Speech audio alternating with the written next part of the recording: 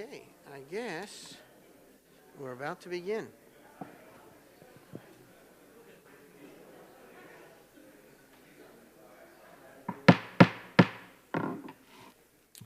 Welcome to the regular meeting of the Pinehurst Village Council of August 13th, 2024.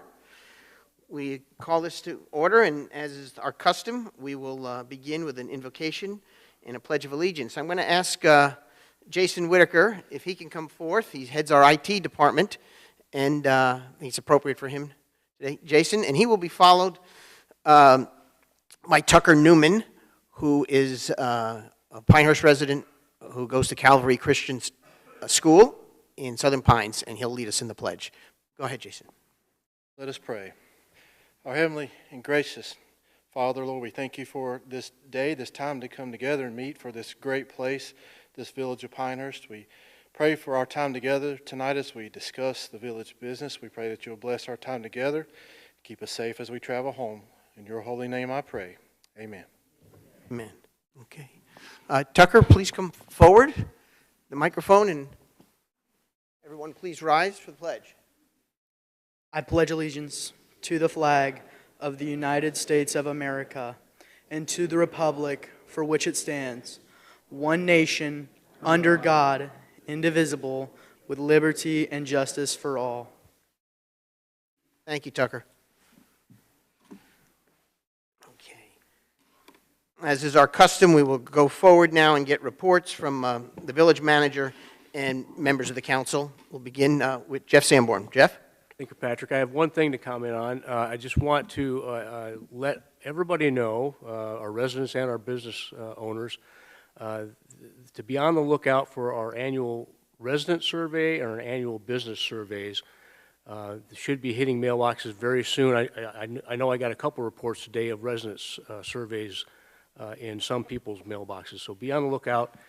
And please take the time to fill out those surveys. The information you provide back to us is very valuable to us and helpful to us. And the more surveys we get back, the more valid the results are. So, again, help us out. Thanks. Okay, thank you, Jeff. And let me just reinforce that. It's important, if you have the opportunity to participate, to please participate, because the council reads the results, and it helps us in the decision-making process. Let me give you a brief report from myself. I did last week, I had the pleasure of riding in the fire truck in the Kids Nation Parade. It was a very successful event. Kudos to U.S. Kids Nation and to the Village of Pinehurst staff. There were a few thousand folks there, and it was quite crowded. So another good event for the Village of Pinehurst. Secondly, yesterday I had the opportunity to get a tour of the new Central Energy plant for First Health. When it's completed, they're getting there, and when it's completed in December, the whole council will be invited to get a walkthrough of that and see what the product is. But it's obviously going to be sure that the local hospital here can withstand any tests to power outages and so forth. So it's good, and we're glad it's happening right down the road here. Thirdly, I want to remind everybody, though you really don't have to remind people in Pinehurst, when you've gotten that Moore County tax bill, pay it quickly if you want that discount. We have a great compliance rate in Pinehurst, somewhere north of 99%. So let's keep up our record there. And lastly, I attended the Tri-Cities Working Group last week, and the topic of discussion centered around the Sandhills Metropolitan Planning Organization and possible grant applications and so forth. But there'll have to be some more discussions going forward on that whole topic. So with that, I will now turn it over to Dr. Morgan. Thank you. One of the duties I serve on is also to touch base with the hospital, with First Health, and I usually touch base with the CEO, other folks over there, about every 3-4 months. But I just had a meeting with the CEO, Mickey Foster, and I just want to tell you a little bit about that. The First Health is still trying hard.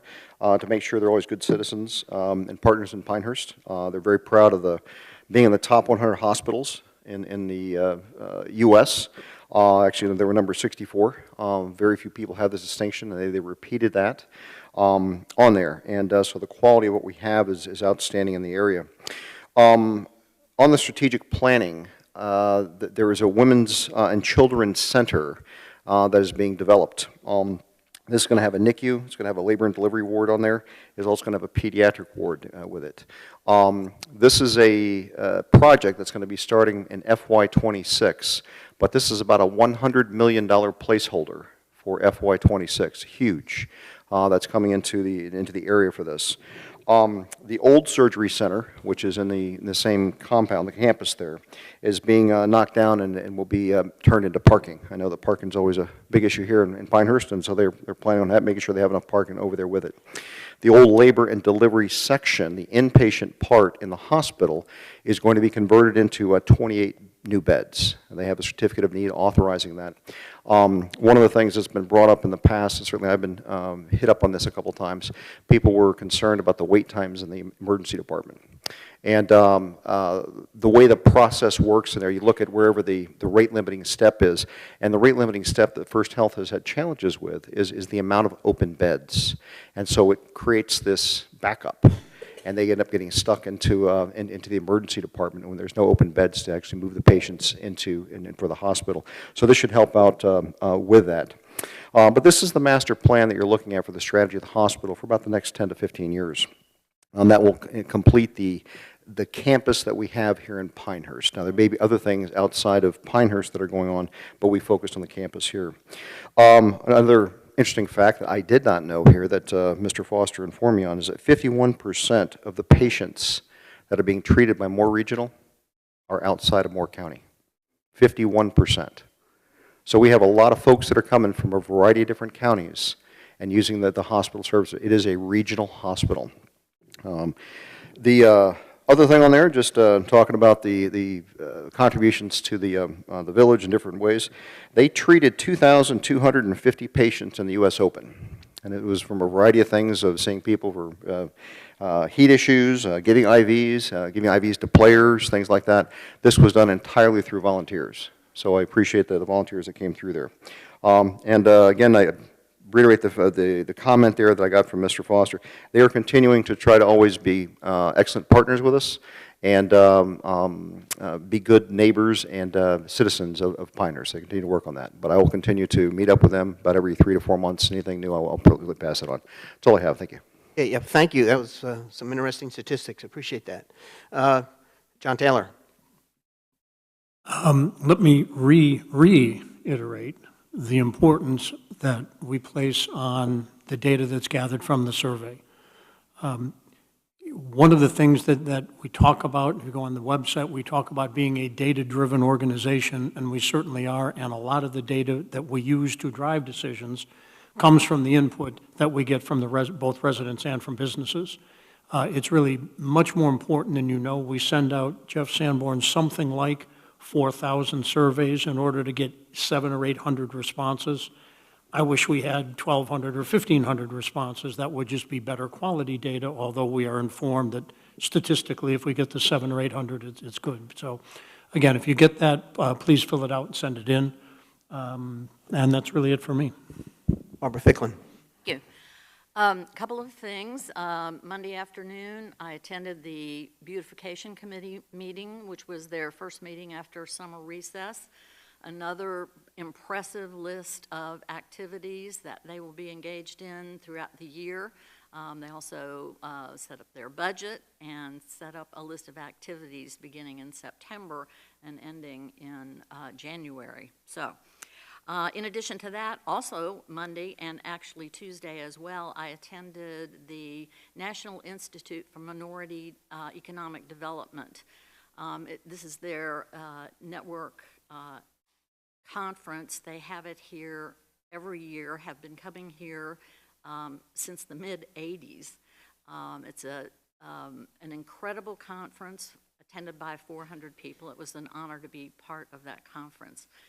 And lastly, I just want to recommend an upcoming event which is the Moore County Walk to End Alzheimer's. This is actually connected with a national walk. They've begun advertising that on TV, as a matter of fact.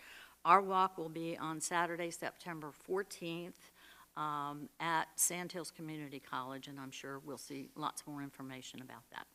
Thank you. Jack Farrell. Only one thing, I agree on the survey. I did receive my survey in the mail today, so mind your P's and Q's here, please. So it's important that they be filled out, and because we do rely on the information to a great extent. Thank you. Thank you, Jack. One final item.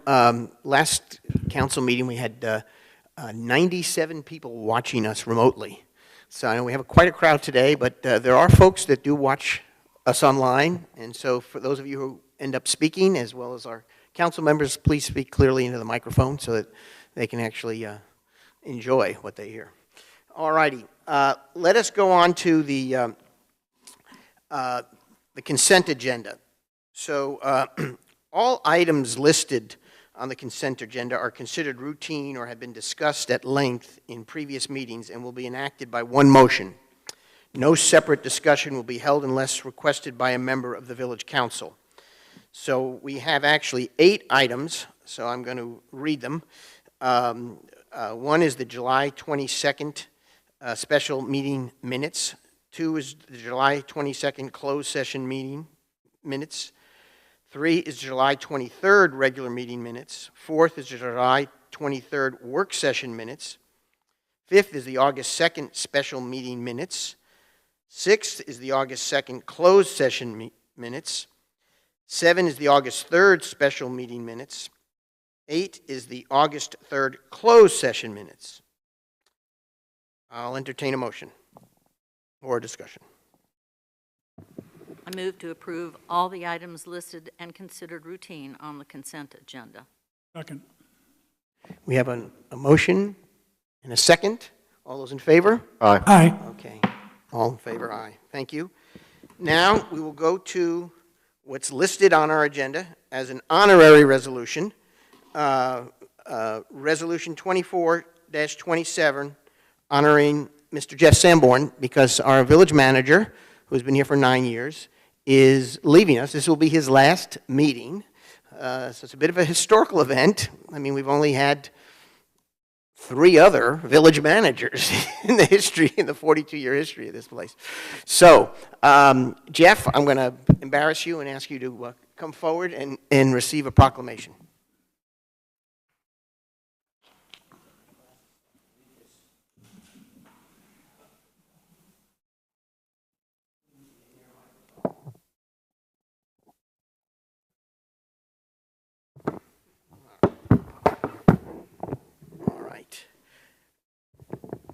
A resolution honoring the service of Mr. Jeffrey M. Sanborn.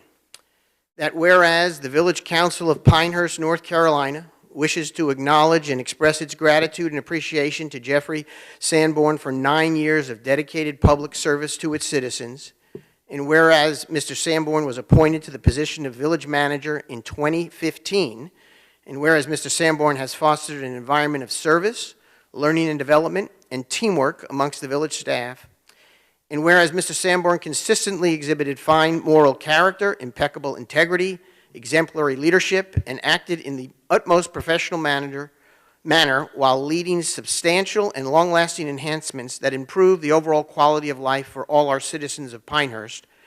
And whereas under Mr. Sanborn's management, the village regularly achieved ratings in the mid to high 90th percentile for quality of life and scored significantly higher than the national average in almost all community survey measures.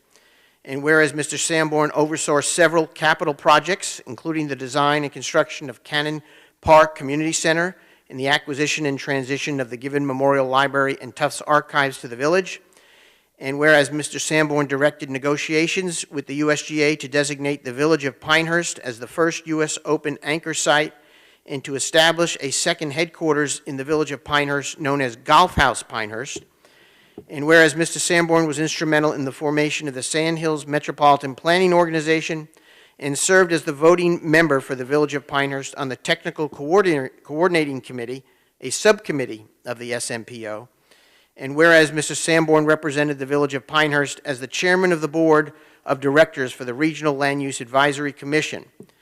Now therefore be it resolved by the Village Council of the Village of Pinehurst, North Carolina, in a regular meeting assembled this 13th day of August 2024 as follows.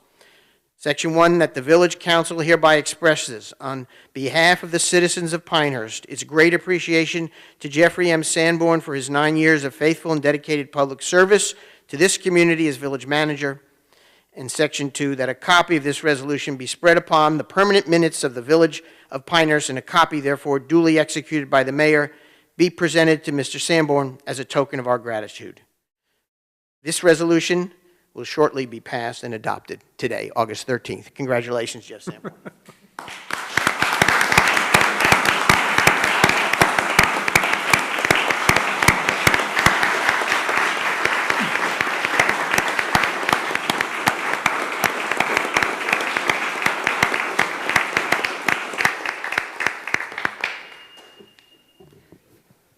I guess first I'd like to say you almost surprised me.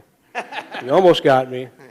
It wasn't until this afternoon when I was reviewing the online agenda materials that I picked up on the fact that you guys had added this to the agenda for this evening, so thanks for that.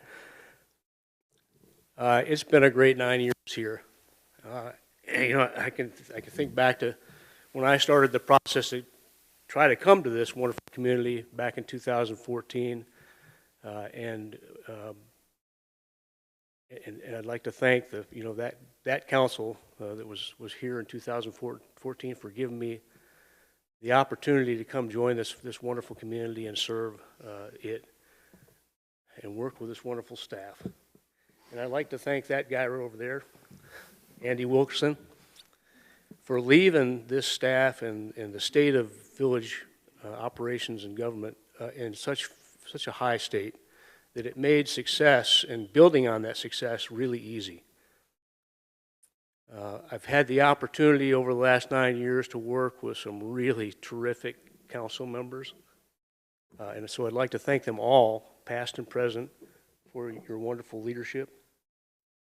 And I'd like to thank the folks in our community that come to us every day with a passion for who we are as a community, and making sure that we continue to be who we are, and strive to be the best community that we can. And then finally, I want to thank the folks that have showed up here from the staff and everybody else that can't be here from our village staff team, both past and present. Because I will tell you that it's you guys that make getting up in the morning and coming to work enjoyable.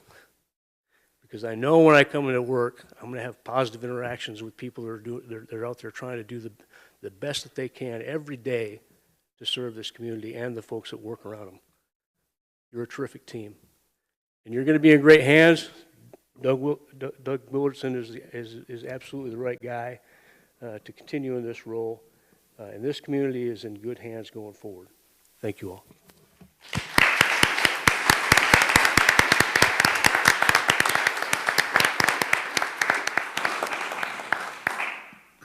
Thank you, Jeff. Some of us would like to make a few remarks, so you'll just have to hang in there for a few minutes. As I said earlier, Jeff is a member of a very exclusive club. He was the 4th village manager in 42 years' history of this municipality, so it's an exclusive club. The village hired Jeff after he completed 27 years of service to his country, beginning at the age of 18 by winning an appointment to the United States Military Academy at West Point. I learned just last month by attending a briefing by the leadership of the Fort Liberty that was given to local government officials that both he and I attended with county commissioners and other mayors and staff, that he is still referred to by many of those folks from Fort Liberty, not as Village Manager Sanborn, but as Colonel Sanborn. It was quite an eye-opener for me, and they would come over and talk to him. I don't know how how many years passed since he's seen them, and they would give him reports on how their career progressed since he left. I was impressed by that. He's held in very high regard by those who work with him at that time in his career in the military as he is here. Lastly, I want to say we've already put in the resolution many of the fine things that he was associated with in his leadership role, but in my mind, the word that best describes Jeff is professional. He is a professional soldier, a professional manager, and a professional leader. Jeff, on behalf of the council and our citizens, we wish you the best. Thanks for your service. Okay.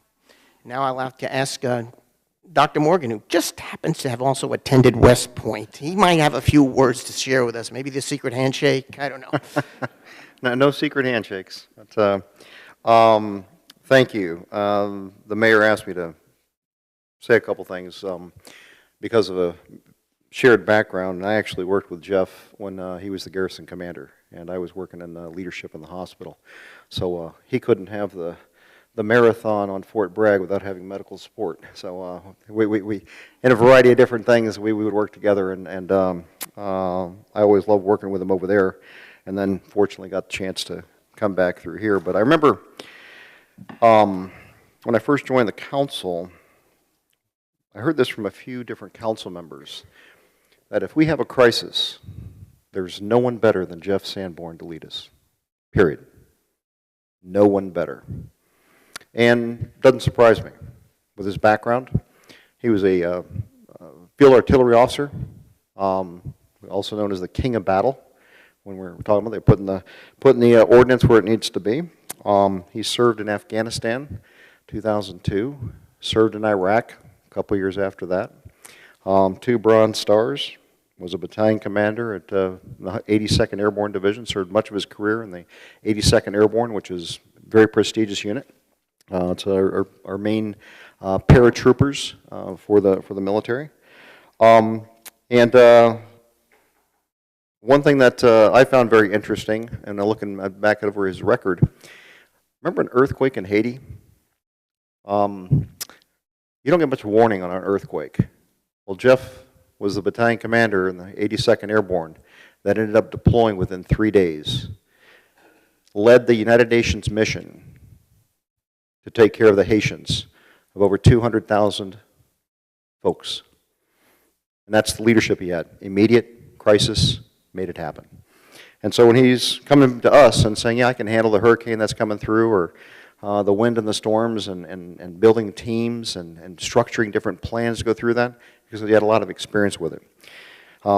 We already talked about him being the garrison commander, which is basically the guy in charge of everything, all the facilities that you have, and also has a command over things that are far away. With the special operations, they own different bases in different places, and they all fall under now Fort Liberty, but then Fort Bragg. So the dive school in Key West, the free fall school out in Yuma, Arizona, all those things fell into his purview, and to take care of it. But that's what he came to us with. I want to hit a couple other things, though.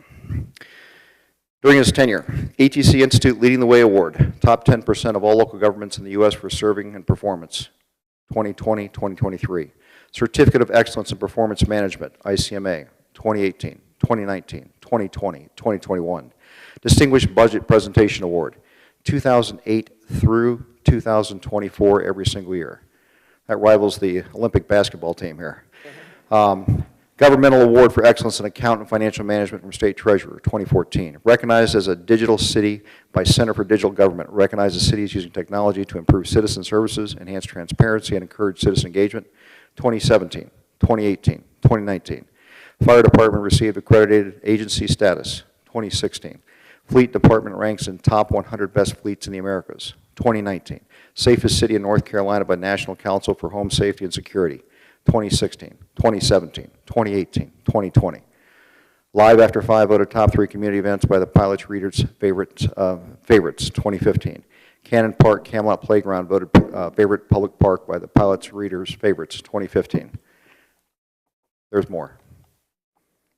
A lot of different things came, and that comes through leadership. There's also a personal side to this. I talked with Nancy Fiorello, previous mayor, and asked if she had anything she wanted to, kind of bring forward, and she said, yeah. She commented that during her time in mayor, also when she was working with John Cashin, who's now passed from us, but she commented this was her favorite time in working in public government because they had such a fantastic working relationship with Jeff. And there was a comment that I never knew before, but it would be between Jeff and John Cashin is, who's driving Miss Daisy? And, of course, referring to Nancy with Miss Daisy on that one. But referred to back to her favorite time of public service. Also with John Boldry, another retired colonel, but John was a retired Marine. And he loved the fact that he could always go into Jeff's office. Jeff had an open door on there. Jeff would explain to him different things that are going on, if there were any questions he had, things like that. But absolutely willing of his time to make sure that he fully understands things. And they also had the little banter because, as many of you know, the Navy is, or excuse me, the Marines is a department of the Navy. And so when the Army-Navy game would come around, they would have their banter between Go Navy and beat Army and Go Army beat Navy. And he still has the button that you gave him that says Go Army beat Navy. So, but a lot of different accolades coming from various folks on the council to say thank you to Jeff. And he has had a tremendous impact on us. And the resolution that we provided, I think, is the very minimal and least that we could possibly do. Thank you for everything you've done. Thank you, Dr. Morgan. Appreciate those insights that many of us would not be aware of. A lot's been said. If any other council members care to add a comment, just go to your microphone.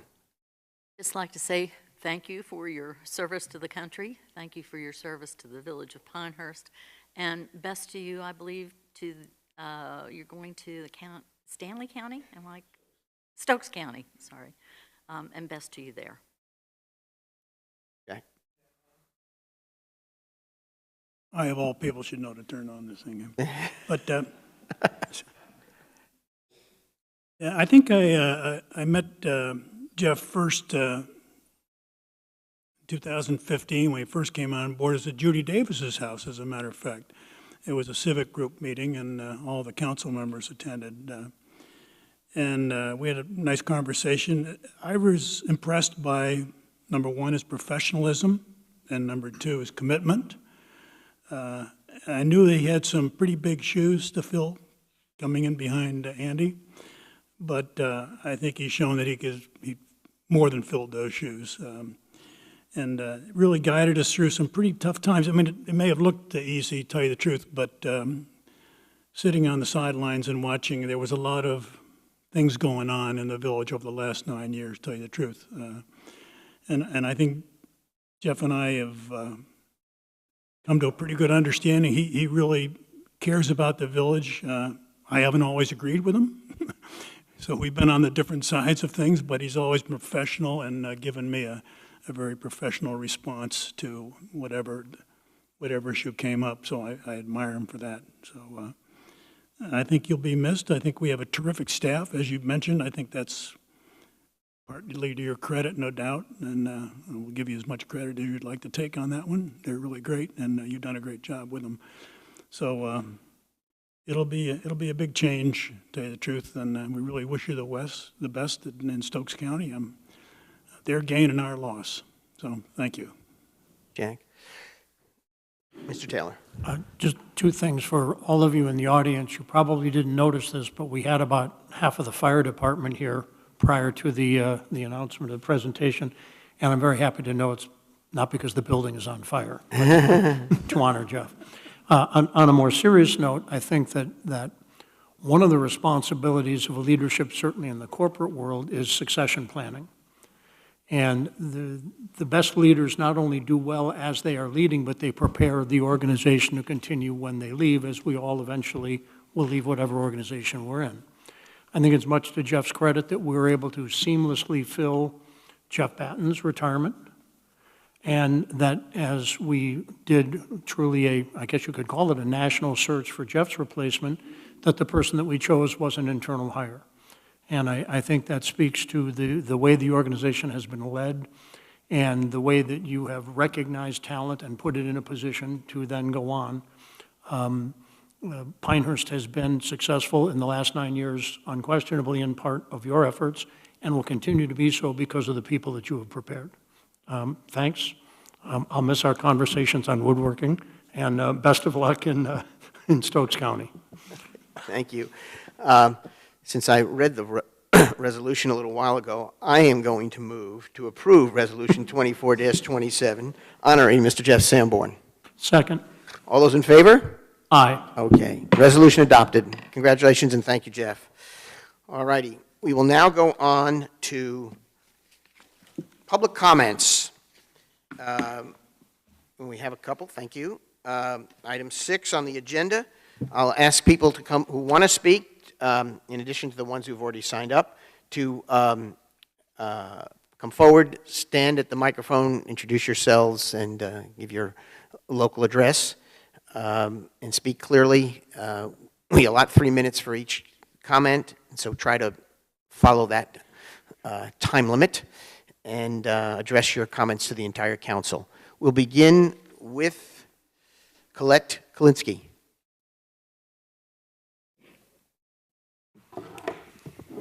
Colette Kalinsky, 25 Queens Court. As tiring as the Pinehurst traffic circle debate may be to many, it remains important to Pinehurst residents. So when 3 minutes is not enough, part 2 seems to be the answer. As a researcher, not a lawyer, NCDOT's reps scripted PR's statement that Pinehurst Circle is not a roundabout because of its 600-foot diameter appears to conflict with the history. Traffic circles dating back to DC's 1780s circle were not popular. They had sharp right turns, sometimes lanes crossing the circle, but mainly right of way was given to the traffic entering the circle. In 1966, Britain patented the roundabout with, quote, give way to the traffic within the circle. Going forward to 1995, U.S. roundabouts, to mitigate multiple lane issues, patented and stated that a circle qualified as a roundabout if it had yield signs, flared entrances with splitter islands. Pinehurst Circle meets those requirements. Nothing is mentioned about maximum size. The world's largest roundabout is in Malaysia with 2.7 miles in diameter. While 1995 U.S. patent appears to rely on traditional engineering practices and ideas, in 1998, Netherlands patented what is known as a turbo roundabout. It relied on sophisticated data entry software. NCDOT reps implied that their 2013 circle design improvements included turbo designs. Neither were they labeled as such, nor did they exhibit the specific turbo elements, such as 3-lane approaches, if needed, to heaviest flow lanes, and when necessary, traffic signals used only during peak flow hours. Standard traffic intersections obviously cannot do that.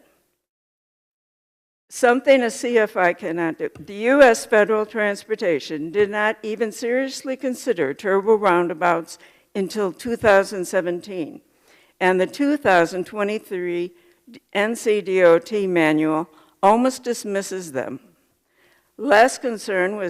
Another concern was NCDOT citing the lack of safety and other info on CFIs because of their newness. CFIs were patented in 1987, but their name was just a different name for a crossover displaced left turn, which was patented as early as 1966.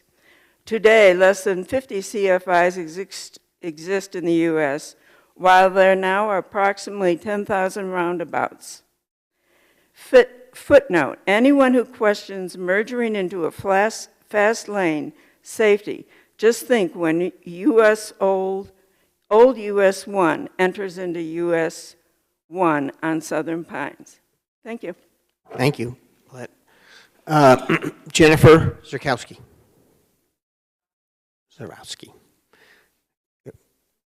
Please come forward.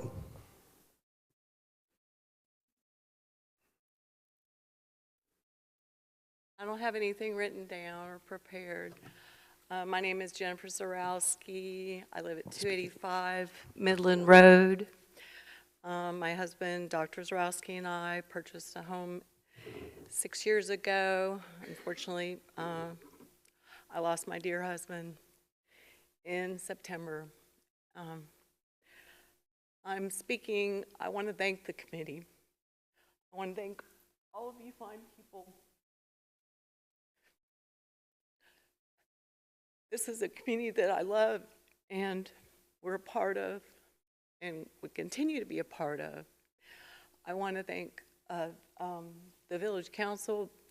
Thank you, Pat. You've been very forthright and helpful, and you're helping us go forward.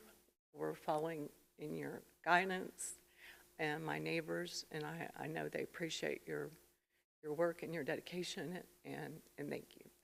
And also with you, Jack, you've been very, when I see you, you've always been very helpful, and you've always given, telling us what to do as far as it goes forward.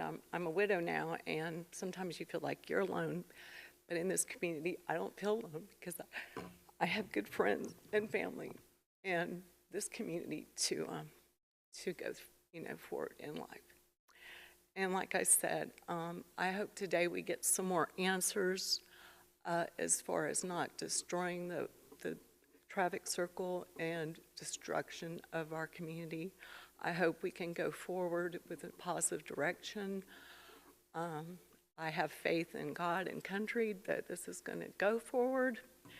And in a positive light, we can all as a community work together.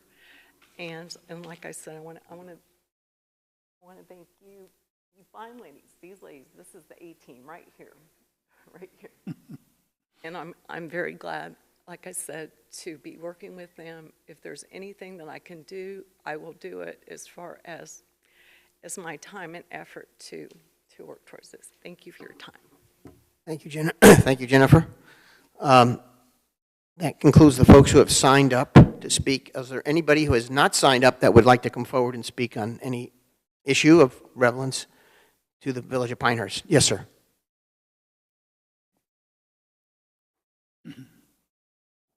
Yes, my name is William Bankovich. I live in Pinehurst here over just off Midland Road in number 7.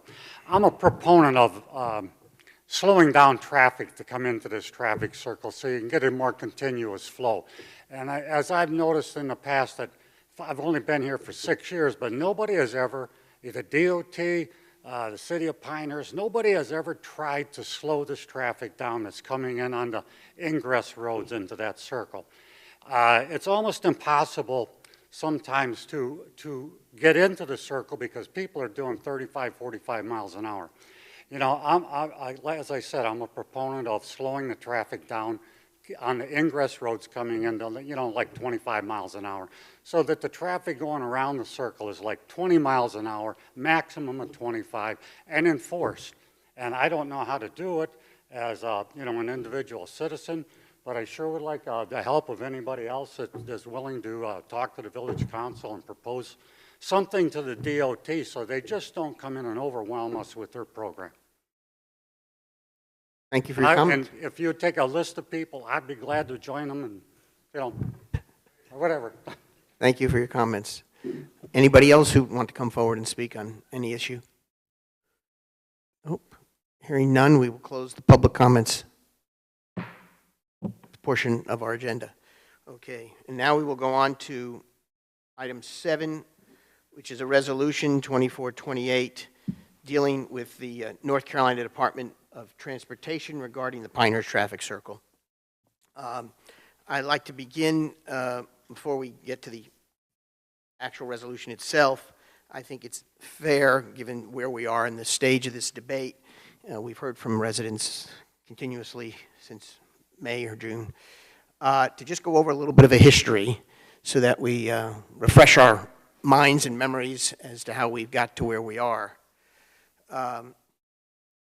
Back in June of 2022, for the first time, the NCDOT presented to the then Village Council something called the CFI. And only Dr. Morgan and myself were members at that time of the council. The council rejected the CFI proposal at that point because they thought it would have a negative impact on the village in a letter dated January of 2023. But we also included a list of 9 recommendations to improve the traffic flow at the circle.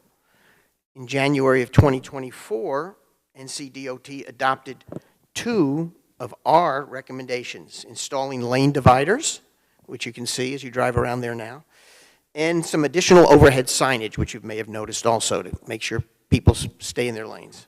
Because one of the big things we all, the council then, were concerned about were with the lane hoppers that were causing some problems. Then in March of 2024, NCOD unveiled the CFI shifted pillow, so they're 2.0. I don't know, a month or so after that, a group of Pinehurst citizens decided the shifted pillow was not a good solution, and the circle was worth saving. And as did, as you heard, the council members themselves express a concern with that. So suddenly, residents started holding neighborhood meetings. A website was created. Letters were being written by citizens to village council members, other elected officials in Moore County. Yard signs suddenly appeared in many front yards, reading, "Improve the circle, don't destroy it."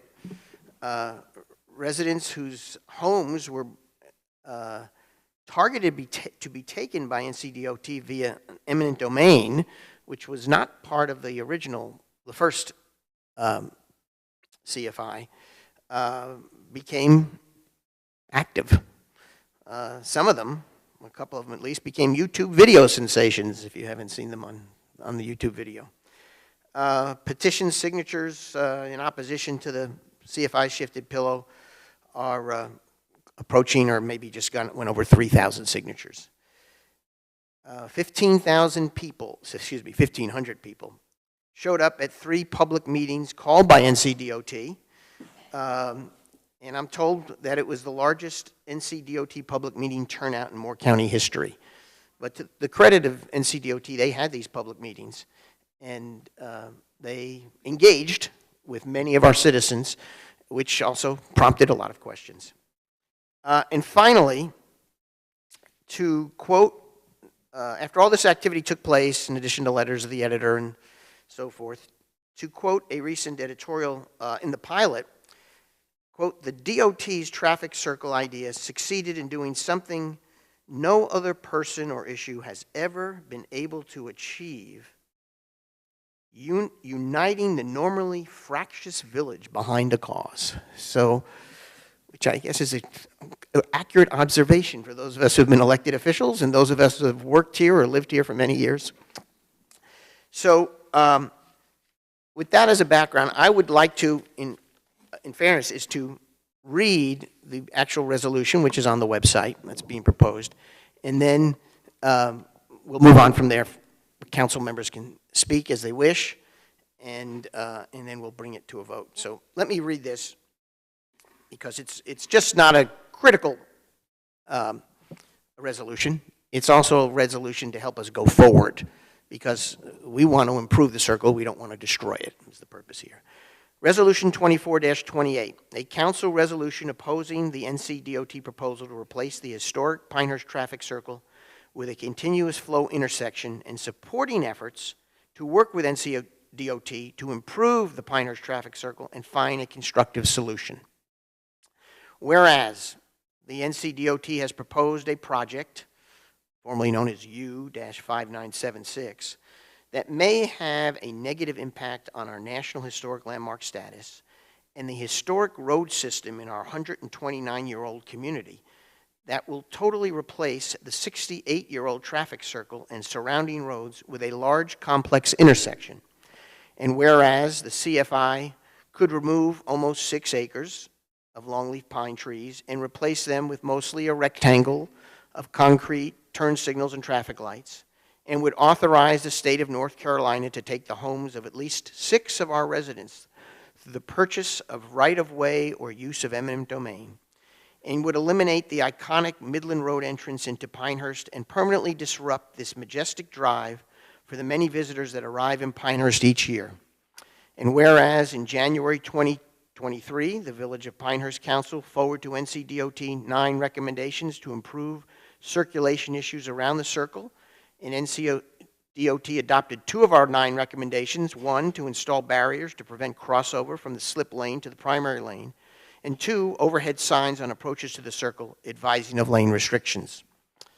And whereas the NCDOT plan for CFI does not call for construction to begin until 2030 and to finish in 2032, resulting in major disruption to those that utilize the circle and nearby road systems. And whereas the overwhelming majority of our residents have expressed their opposition to CFI by collecting over 3,000 signatures requesting that the Pinehurst traffic circle be improved, not destroyed, writing numerous letters and emails to village council members and other Moore County elected officials, and the governor of North Carolina expressing opposition, and approximately 1,500 community members attended 3 public meetings organized by NCDOT expressing their concerns. And whereas the Southern Pines Garden Club, the Pinehurst Garden Club, and the Garden Club of the Sandhills have adopted resolutions opposing NCDOT CFI. Now therefore be it resolved by the Village Council of the Village of Pinehurst, North Carolina, in a regular meeting assembled this 13th day of August 2024 as follows. Section 1. We, the Village Council, will hereby proclaim we oppose the NCDOT proposed CFI intersection that would replace our 68-year-old traffic circle. We believe if undertaken as proposed, it would be harmful and disruptive to our residents, and it would have a negative impact to the special character of our village and the integrity of our National Historic Landmark status. Section 2. We, the Village Council, are prepared to and want to work with NCDOT on a regular basis to improve the traffic flow around the Pinehurst traffic circle in seeking sensible and practical solutions with a minimum of construction disruption that hopefully may be accomplished in the next couple of years rather than 8 years from now. We are very encouraged by the NCDOT statement of July 3rd and as reported in the pilot on August 7th, which states, as I've said earlier, the NCDOT has heard the concerns from the community and is already reviewing all concepts and looking for opportunities to minimize impacts to the area. The department plans to improve the design based on the local input received and assure traffic safety and mobility is maximized. Section 3. We, the Village Council, request NCDOT explore other options that could improve the flow of traffic at the circle, but not destroy it. That they would refrain from taking property from our residents and preserve the Midland Road, often referred to as the 5th Avenue of Golf, access to the circle. These could include other options discarded in the past, comments received from attendees at NCDOT's recent public meetings, as well as new options emerging from technological advances in the area of traffic management. Section 4. We, the Village Council, additionally request the NCDOT further review the remaining 7 of our 9 recommendations from January 2023 letter and discern if any of them could be implemented. We are thankful that they adopted 2 of our suggestions in January 2024 and look forward to working with NCDOT on their review of the others. Section 5. We, the Village Council, intend to formally propose a joint working group consisting of the Village of Pinehurst and NCDOT representatives to explore and evaluate all possibilities in lieu of the CFI that can be shared with Pinehurst residents to provide feedback once again in public meetings. That concludes the reading of the resolution. I will seek comments from my colleagues, and then we'll move forward in a formal fashion. I'll ask the Mayor Pro Tem to speak first. John Taylor? Pat, a couple of things. We live in many ways, we live in what I would call a real-time world. And people could be asking, why is it necessary that we pass this resolution now, given what has transpired over the last 2 or 3 weeks, where the position of the DOT, they've heard the concerns of our citizens and said, we're willing to consider alternatives. And that's right, but we can't convene village council meetings every day just so that we could write a resolution. I think it's important that we be on record as a council. I'm happy that, sometimes it's about the destination, sometimes it's about the journey. I think we've come to a good place. I think it is the sincere desire, certainly of myself, and I think of my fellow council members, that we find an alternative solution here. Doing nothing is not a solution. There's going to be growth in Moore County, whether it's specifically in Pinehurst or not. And I think there are ways that we can improve the traffic circle without as draconian a solution as was initially prepared. So I suppose I wish that we could have written this 10 days or 2 weeks ago. We couldn't, we didn't, we're writing it now. I think we're ending up in a good place, and if I'm part of the representatives, I would be happy to be part of that, working with the DOT going forward. They examined 11 or 12 other options.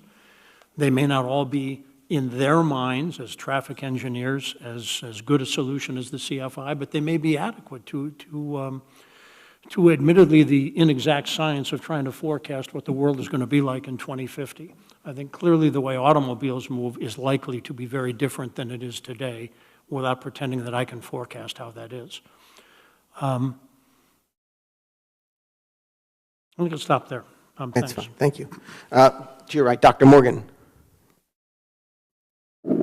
I think Mr. Taylor was very eloquent on that, and I support it. The big issue here is that we have to be able to work to find a tangible solution that all parties can come to the table and agree to. So the idea of no, that's not an option for us. We have to work with folks, and I think Mr. Taylor said that very well. I also, if I'm in a position I need to work with a NCDOT as any part of a working group, I'm more than happy to do that and happy to move forward. Thank you. Thank you. Councilwoman Ficklin. I would agree with my colleagues, and I would like to add a special thank you to all of our residents who have put together a truly Herculean effort, well organized, well communicated, to galvanize this community to fight this. So my thanks to my colleagues, my thanks to the residents, and if it works, we have you to thank. Thank you. Councilman Farrell. Yeah, I agree with the resolution. I think it's something we needed to do. I hope that NCDOT is focused on Section 2 and 3, where we're focusing on working together and finding alternatives and or other solutions or intermediate steps. That's really what we want to do going forward. I do thank the community for unbelievable effort. We've gotten a lot of emails. Some of them have some very interesting and detailed discussions and concepts to the point of actually doing traffic designs, and maybe those are worth considering. Maybe we ought to grab some of those people and get them into these meetings, because those are pretty thorough. Many of them. They're not just we don't like it. It's going to be. And they provided all kinds of alternatives that are worth capturing and bringing forward, I think. So, no, I agree with it. My focus has been on, over the last month or so, is making sure that we understand the implications relative to our landmark status, and we can discuss that later if you'd like. So I totally agree with this. Thank you. Okay. All right. Pat, if I could just add one more thing. None of the 5 of us are traffic engineers, and we don't claim that unilaterally we could come up, the 5 of us, with a better solution. I've received several emails, as I think we all have, from people suggesting that we hire our own traffic engineer. I think that would be a mistake. I think that would pit our expert against their expert. We're trying to work with them. They already have all the expertise that we need. We need to understand their approach. They need to be able to explain to us why X or Y or Z is the way we ought to go. But I think that's in the spirit of being cooperative with them, not saying, "Oh, we got a better expert than you have." I agree, that's a good point. Yeah, it's, Excellent. thank you, great point. I agree with that also. All right. Having read the resolution and have had a discussion, I'll entertain a motion on Resolution 2428. I move to approve Resolution 24-28, a council resolution opposing the NCDOT proposal to replace the historic Pinehurst traffic circle with a continuous flow intersection, and supporting efforts to work with NCDOT to improve the Pinehurst traffic circle and find constructive solutions. Okay, we have a motion. Second. A motion and a second. All those in favor? Aye. Aye. Any opposed? No. Okay. Motion is passed. Thank you. Thank you, residents of Pinehurst.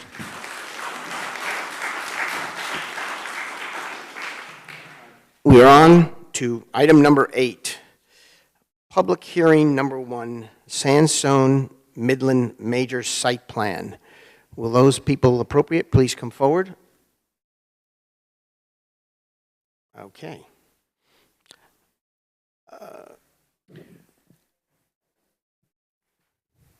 I move to recess the regular meeting and enter into public hearing number 1. Second. Well, I guess we'll wait for them. Okay. Okay. All right. Alex Cameron is right there. He is the head of planning and inspections for us. Mr. Mayor, we have a motion and a second to. Do we need to withdraw that? I mean, okay, so I repeat that there. That we have a motion now to go into the And a second. All those in favor? Aye. Aye. Okay. We're into the public hearing. We'll begin with Alex's presentation, who's quite familiar with this, and then we'll hear from our guests, and then there'll be time for some comments, public comments. All right, thank you.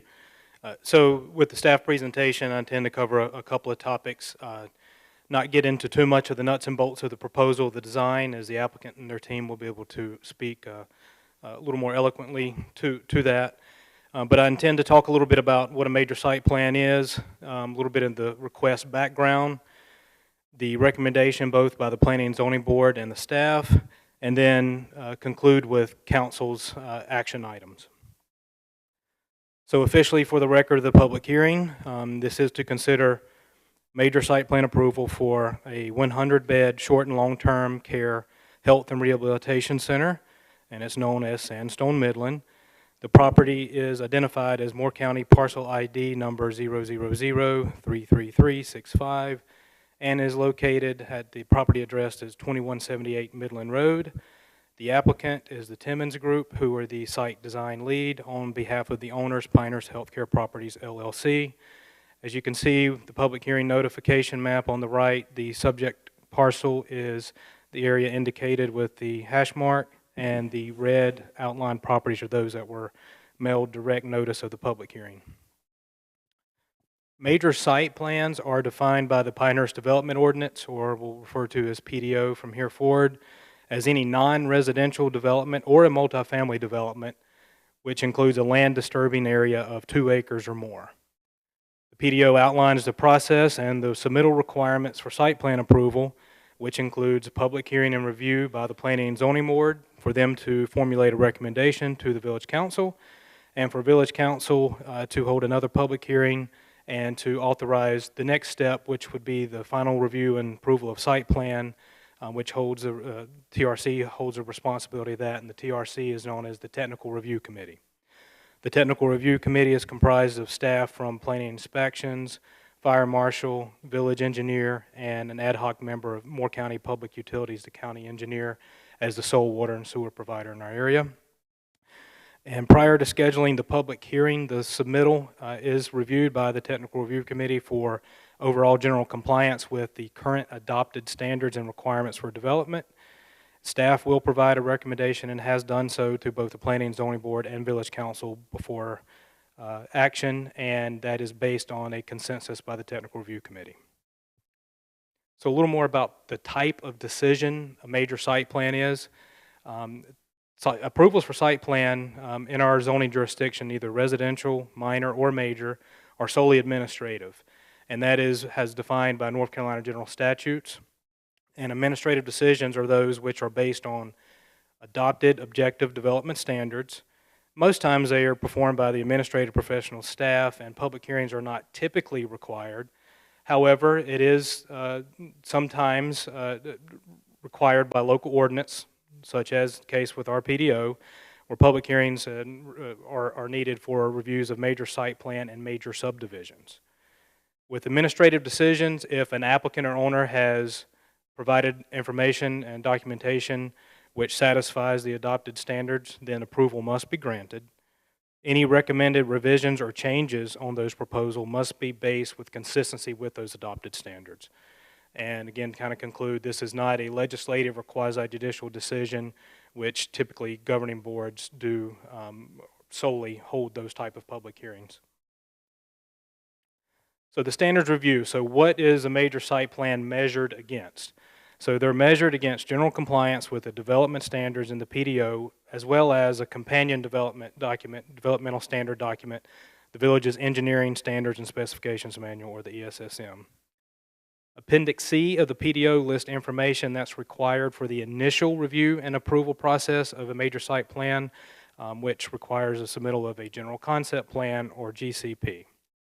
The GCP is intended to convey the proposed project's general compliance with the design standards and not intended to be a full-out design and engineered product. Similar to subdivision approvals, you have, first of all, you have the preliminary plat. So think of this as the preliminary approval before the real nuts and bolts are fully designed and reviewed and approved for construction. And again, all this detail is provided to the Technical Review Committee for compliance before getting the public hearing process started, and final responsibility falls with the TRC. Building permits associated with major site plans may only be issued after site plan approval has been granted and that site design infrastructure has been installed sufficient enough that the building may be then constructed. So here's sort of a flow chart that kind of generally outlines how that process goes. Goes through the earlier part, the meat of the review is with the Technical Review Committee and the design team. Typically, the general concept plan and required supplemental material is reviewed a couple of 3 times till compliance is determined. Then the public hearing is held with a recommendation by the Planning and Zoning Board, Village Council, which we see, this is where we are in the process, conducts a public hearing and authorizes the approval and the next step, which is the detailed engineer drawings for submittal and review and approval of the Technical Review Committee. And then again, building permits can be issued. And what's not covered in there are also follow-up inspections by the appropriate staff to make sure that that construction does indeed conform to the standards as it was designed. So a little bit more background, moving now to the specifics of this request. So this facility is proposed is about 73,500 square feet and also includes a related infrastructure, which includes a driveway entrance off Midland Road, associated parking, utilities, which also include stormwater management. The subject property is a little over 11 acres and was created following the minor subdivision process in September of 23, which originally was, the parent parcel also included Ironwood Cafe, which is just adjacent to the east of this property. And the property does contain well over 200, just shy of 300 feet of frontage on Midland Road and maintains that width for a good bit until the property widens to over 700 feet. So it's a pretty substantial sized parcel. The proposed site for the structure is within that further to the south wider area, which is approximately or well over 500 feet back from the Midland Road corridor, and as access is proposed by a 2-lane entry drive separated at the entrance from Midland Road by a small curbed and island area there where ground or monument signage will be proposed. And sort of like the first hurdle that has to be passed by site plan approval is, does the zoning allow the proposed use? So the most applicable use would be a residential care facility, which the PDO classifies this as a use by right allowed within the neighborhood commercial zoning district. So again, one single connection to Midland Road, which we know is a NCDOT right-of-way. So of course they were looped in as part of the TRC review. and they reviewed the plans, and one requirement that they asked for the site design was to have a 100-foot long paved taper at the entrance to allow for safer ingress, and the access will be a right-in, right-out only. Sidewalk is constructed along the frontage of Midland Road, which is a requirement of the PDO. I mentioned the monument signage there at the entrance, which will have to be outside of sight distance triangles and designed to not obstruct sight vision. And of course, additional pedestrian movements are proposed internally within the site and around the building. As required by Appendix C, the PDO, the applicant provided a trip generation memorandum, which indicates, based on the land use code, with the current Institute of Transportation Engineers Trip Generation Manual, a total of 260 daily trips.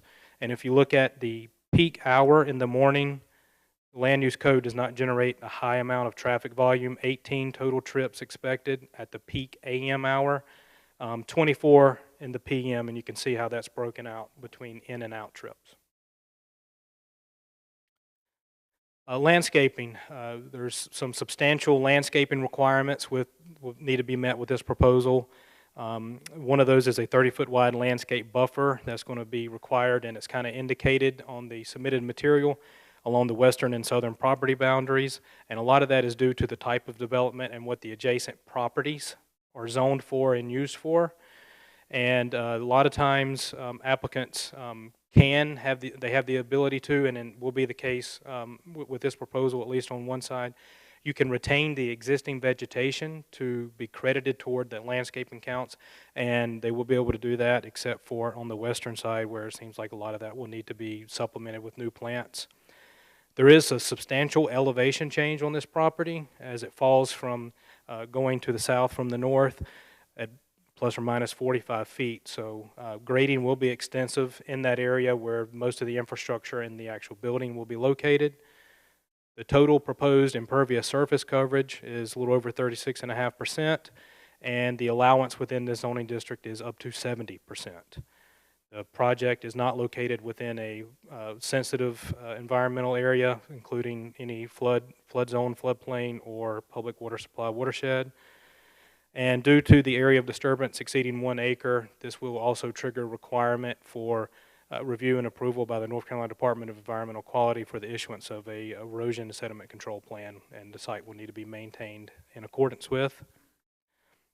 A little bit about the site situation within the property and the adjacent land uses and zoning. To the north, which will be across Midland Road, there's some undeveloped open space that's part of the Midland Country Club. The current zoning there is residential multifamily. To the south, this is the residential neighborhood, including a 30-foot wide platted sort of buffer with that subdivision. The residential subdivision known as Pinehurst National Number 9, which is in Southern Pines zoning jurisdiction. I mentioned earlier, just to the east, the adjacent property is the home of Ironwood Cafe. Also on down to Carolina I, those properties are similarly zoned neighborhood commercial, same as this property, as well as to the west where there's some undeveloped vacant parcels and also a small retail operation there, again, zone neighborhood commercial. So the next few slides include a little bit of a layout. Again, I'm not going to go into the in-depth of the design, but this is sort of the overall site plan. Midland Road running, as you see, west and east. The property access by Midland Road, right in, right out only. The drive heading down to the wider portion of that property where, again, there's a substantial grade change. And you can see the site infrastructure and the building footprint.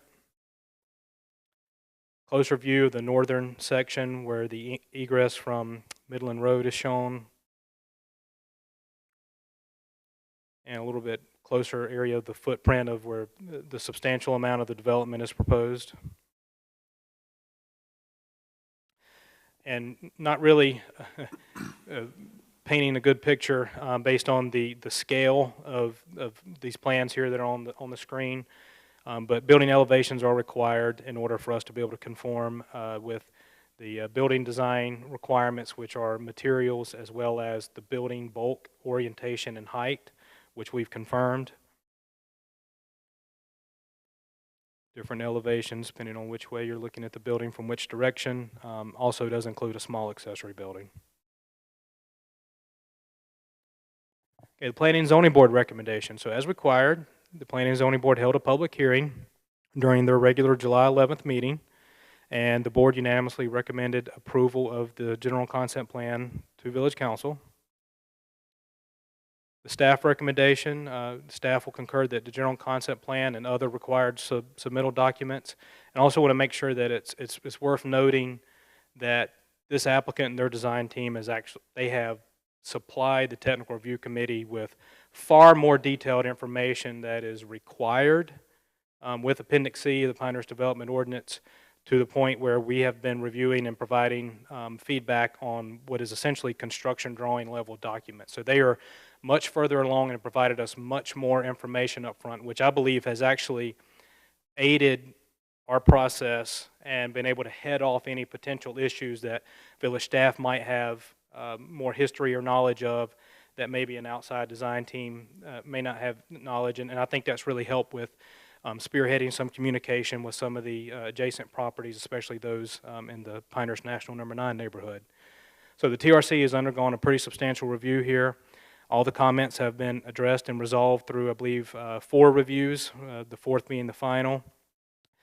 And as the decision is administrative, as covered in earlier slides, and approval must be granted if these requirements have been satisfied, staff and the Technical Review Committee recommend Village Council approve the major site plan request. So Village Council's action and responsibility this evening, obviously holding the public hearing, which we're in, receive public comment on the proposal, consider the recommendation of the Planning and Zoning Board as well as staff's, and after holding the public hearing, you have the option to approve the general concept plan. You have the opportunity to approve with conditions.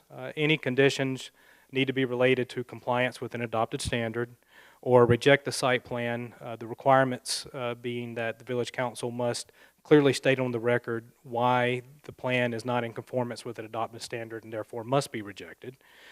And failure to act by Village Council on this request within 90 days of first being placed on an agenda for consideration will ultimately deem approval falling back to the Planning and Zoning Board and staff recommendation. That concludes staff's presentation. Okay, just to clarify the roadmap, I was given a list of some folks who want to address this from a public comment standpoint. I think in the past, what we would do is we would hear staff, we would talk to you first, then we would hear from the applicants, and then we would allow public comments. That's correct. That's proper protocol for following the procedure. That's how the and then there'll be time for deliberation and further discussion with either the applicant or staff if council needs. Okay. I'm going to start with a question or two for you. Can please define what are the limits for neighborhood commercial? So that would refer to table 8.51 in the Pinehurst Development Ordinance. So that's the table of permitted and special uses and special requirements. So if it's listed as indicated by an X, a particular use in the corresponding zoning district, it is permitted by right. If it has an X with a comma SR, that means there are additional development standards that would apply, but the property or the proposed use is permitted within that district. And this is by right? Correct. Okay. Second question, the slide with the ADT and the TRIPS number, I had trouble with the math. I'm sure it's, there you go. Is it say 260 daily trips? Do I get that number? Average daily Average. trips. Mm-hmm. And then it's the total, though, if you go across there, you add 24 and 18. That's just for the peak AM and the peak PM. Okay, so during the rest of the day, you've got over 200 trips. In and out through that average, based on what the current manual of the Institute for Transportation Engineers states with that applicable land use code. I guess I'm just... Can I jump in on that question? Wait a minute, what, yeah. I had a question about that too. So, in particular, the land use code that was used is assisted living. And maybe I'm wrong, and maybe the applicant can explain this a little better, but I didn't think that this was going to be assisted living. facility. This is more a rehabilitation and care facility. And as I recall, the number of employees, I don't know how many employees there are, but during a peak hour, those employees would have to come in. The shift that's leaving would have to go out. And so however many employees there are, there would be X times 2 at any particular hour. So I question the trip generation numbers, although I don't think in total it will change the decision, let me put it that way, because there are other trip generation land use codes that could have been used, like nursing home, and I think there's a continuing care code that could be used, which may, in fact, give different peak hour and or total numbers. So I really question this number being correct. I don't think that is going to be a big traffic problem coming in and out of this facility in any way, shape, or form. So I don't think we have to concern ourselves with that. But I think if we're going to have trip generation summaries presented, they should use a code that is reasonably close to the actual use. Yeah, can we stick on that topic for a minute, trip generation? Other comments, and I'd be curious if Dr. Morgan, do you have any observations in your background? I just concur with what Jack just said. Let's call it what it is. If it's going to be an assisted living facility, then use assisted living facility. If it's going to be a rehab facility, use a rehab facility. If it's going to be a nursing home, use nursing home. And then that would carry forth from there. Just as a quick question, how many, I assume it's going to be staffed 24 hours a day, how many total employees through what I perceive would be 3 shifts in a normal day? So I'll comment on total employees and then also a little bit more about the peak information, if that's okay. So the way that we staff a facility is 24/7, and our start times, I guess, of the shifts aren't during peak hours, which is why that generation's off according. So the 260 doesn't count for our employees coming in. We start shifts at 7 a.m., so typically employees arrive about 6:45. So that's the first shift, and then that shift ends at 3 p.m. Leave the times out, just how many employees are there? Because everyone has to arrive and leave at some point. For a facility this size, you can account for up to about 100 employees or so. So if it's 100 employees, there'd be 200 trips just from employees arriving and leaving. Correct. And so we also have a subset of our patient population, which is long-term care. They don't often get visitors. Some, get more than others. And then our short-term population will have visitors from time to time. So that's where that additional 60. I understand. This is not a hospital. It's a very different kind of facility. But if 260 is the average daily trips and 200 of them are employees, obviously. Well, I will also add that 100 total employees doesn't mean every single day. So some employees will work 2 days a week. Some will work 5 days a week. So, you have to vary a little bit by that. Per day, that number is going to be lessened. So that's a total FTE count. Thank you. Yeah, my only Bill's point, in the I think math we a should little. be more rigorous to use the correct land use code. I don't think it's going to change the overall concept here, to tell you the truth. But as I understand the way these are calculated is they use the variable of beds. And there's a number, you can use one or a few different variables. One is the square footage. The other is the number of beds, and then there's the other is the number of employees. They happen to choose this land use code and this variable. It seemed to be the minimum, come out to be the minimum. Like I said, it's just a matter of being more rigorous in how we look at the data. Yeah, I agree. That's the same thing that jumped out at me when I read through it. And I went to the hearing, the Planning and Zoning Board hearing, and I was trying to process it, and I couldn't figure out the math. I understand it more now by knowing that there's the number of employees is as large as it is. But another question, I will admit for the first time last, I guess 2 or 3 weeks ago, I drove into Carolina I, probably one of those fortunate residents that haven't had to go there yet. They have a parking lot that would make anyone jealous. If you have not driven behind Carolina I, A big lot. it is one big lot. My question is, will that lot remain intact and all this construction will be beyond that lot? Or is the, Off to the side, I think. So which parking lot are you asking? the one behind Carolina Eye? That's two parcels over. Yeah, it's and not part of this subject. It's request. not, doesn't back Correct. into it at all? Mhm. Okay, Yep. well, it's a lot of, how many parking spaces will be with this one? I forget the total often, but they're providing more than what's required. It's at least 150, I think. 100 spaces. 100. Right. 100, okay. It's pretty big. It's a lot of, well, no, nowhere to find a parking spot if I need one. Okay, any other questions for, Yeah, I have a. go ahead, Barb. Just a point of clarification. Access going into the facility is from the right, and egress, the same thing, Correct. right only.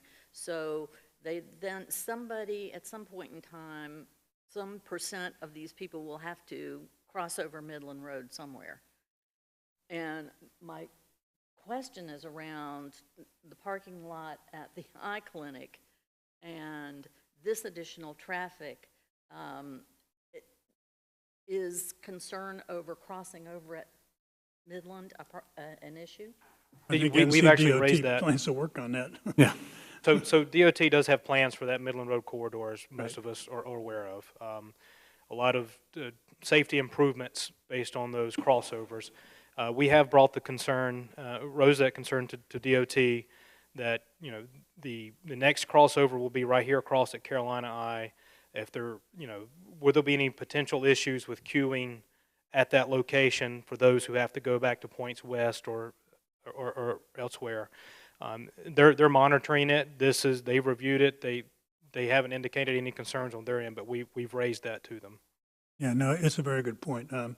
I will admit to crossing over from Ironwood.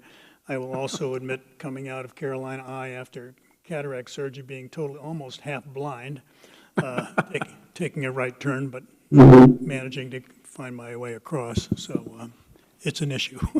I think that, if I recall correctly, DOT's longer-term plans for that section of the corridor call for a designated U-turn location right in front of Carolina Eye Yes. to serve this requirement. I did attend they had a public hearing on Midland Road on that, and I went to it out of curiosity, and they do have something planned. Pat, I have Go ahead. a number of questions, and I want to emphasize to all the representatives from Sandstone that none of these questions should be construed as a view on the project. They're more questions I had about the process, kind of internal to. Let me ask a question. Do we need to do anything regarding the applicants as far as swearing in or anything like that? We're all Absolutely okay not. there? Nope. It's not an evidentiary hearing, so there's no need for that. Okay. All righty. Then we're open season here. Correct. Go ahead, John. So, Alex, neighborhood commercial zoning permits small-scale commercial developments, and there were certain specific kinds that are subsequently spelled out. This is a 73,000 square foot building. I'm not trying to be semantic here, but that doesn't strike me as a small development. Is there any conflict in either with zoning or with the PDO based on the size of this project? And this topic was brought up during the Planning and Zoning Board, and I tried to address it, so I'll see if maybe I can provide a better explanation than I did then. Chapter 8 sets forth and describes and lists all the zoning districts in our jurisdiction. So we have to codify what we have on our zoning map, which actually shows the property boundaries and where the zoning boundaries lie within our applicable jurisdiction. We list out the zoning districts. Sometimes, most often, those local jurisdictions and their ordinance give a general intent language behind what those districts are. I use the example of, you'll see R10, R15, R8, R5 is listed as high-density residential. And then it says, these uses are predominantly, this, that, and the other thing. Well, what is high density? What is this, that, and the other thing? Well, that's where you go to the table of permitted and special uses and special requirements, where you go to the design standards in Chapter 9. So that's general code construction. You list your zoning districts, you give a visionary language of what you intend the office and professional district to be an area for offices of professionals to do their business. Well, what kind of offices and businesses? What kind of neighborhood commercial developments are proposed that are generally large scale and, you know, nice and pretty and fluffy and all that? Well, that's defined in that table of permitted and special uses. So that is where it prescribes exactly what can and can't go. There's no, it's black and white, there's no interpretation on whether or not a facility that has 50 beds or is 20,000 square feet is more appropriate than one that is 80,000 square feet and 120 beds. Okay, so the statement of small-scale commercial doesn't really have a lot of meaning, or the meat of the meaning, the meat of the meaning is in the other definitions. The table of permitted uses, exactly. Mm-hmm.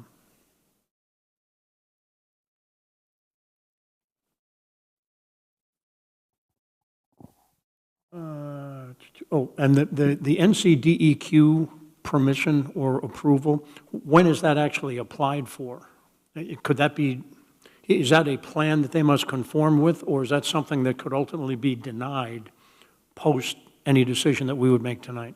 Typically, they're never denied, and that's a hurdle that has to be met before we can issue final site plan approval, we being the technical review committee.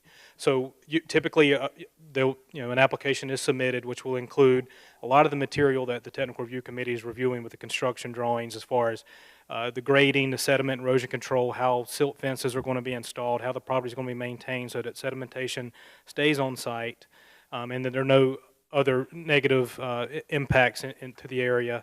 DEQ has their set established standards that they review. They would issue comments if things need to be addressed by the applicant.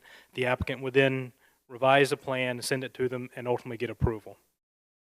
And I think the last one for me, I think you've stated the opinion of staff subsequent to technical committee review, all of the prior reviews, that they have met the standards, and therefore there really is no basis for us to not approve this. Correct.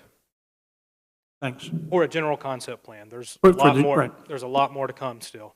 But at this stage of the process, we would have to come up with interesting ideas for conditions even, because you've kind of said that they've met all the conditions at this point. Correct. Thanks. Any other questions or comments? I've got, are we going to call this an assisted living facility? What are we going to call it? The skilled nursing facility. A skilled nursing facility. All right. Is that right, Dr. Morgan? Okay. Okay. Sure, he knows us well. That's right. Skilled, Okay. I just wanted to clear that up. Just out of curiosity, will this be the largest skilled nursing community in the village of Pinehurst? Yes. So St. Joseph of the Pines sold us their beds. Mm-hmm. Yeah. So they're transferring it over to our CON. Okay. The only thing I'd like to add is that as I said, I attended the Planning and Zoning Board meeting, and the one issue that resonated with me from some of the commenters, the neighbors, was the issue of an appropriate buffer so that they're not getting headlights in their bedrooms and so forth at all hours of the day and night and so on. So I just ask you to keep that in mind. You know, good, there's that old expression, what good fences make good neighbors. Well, around here, good trees make good neighbors. So I really would encourage that. Right. This will not be like a nightclub, though. I don't think we have to worry about it. No, I don't expect it's going to be like Studio 54 back there, but it's... Although you never know. You got 100 people working there now.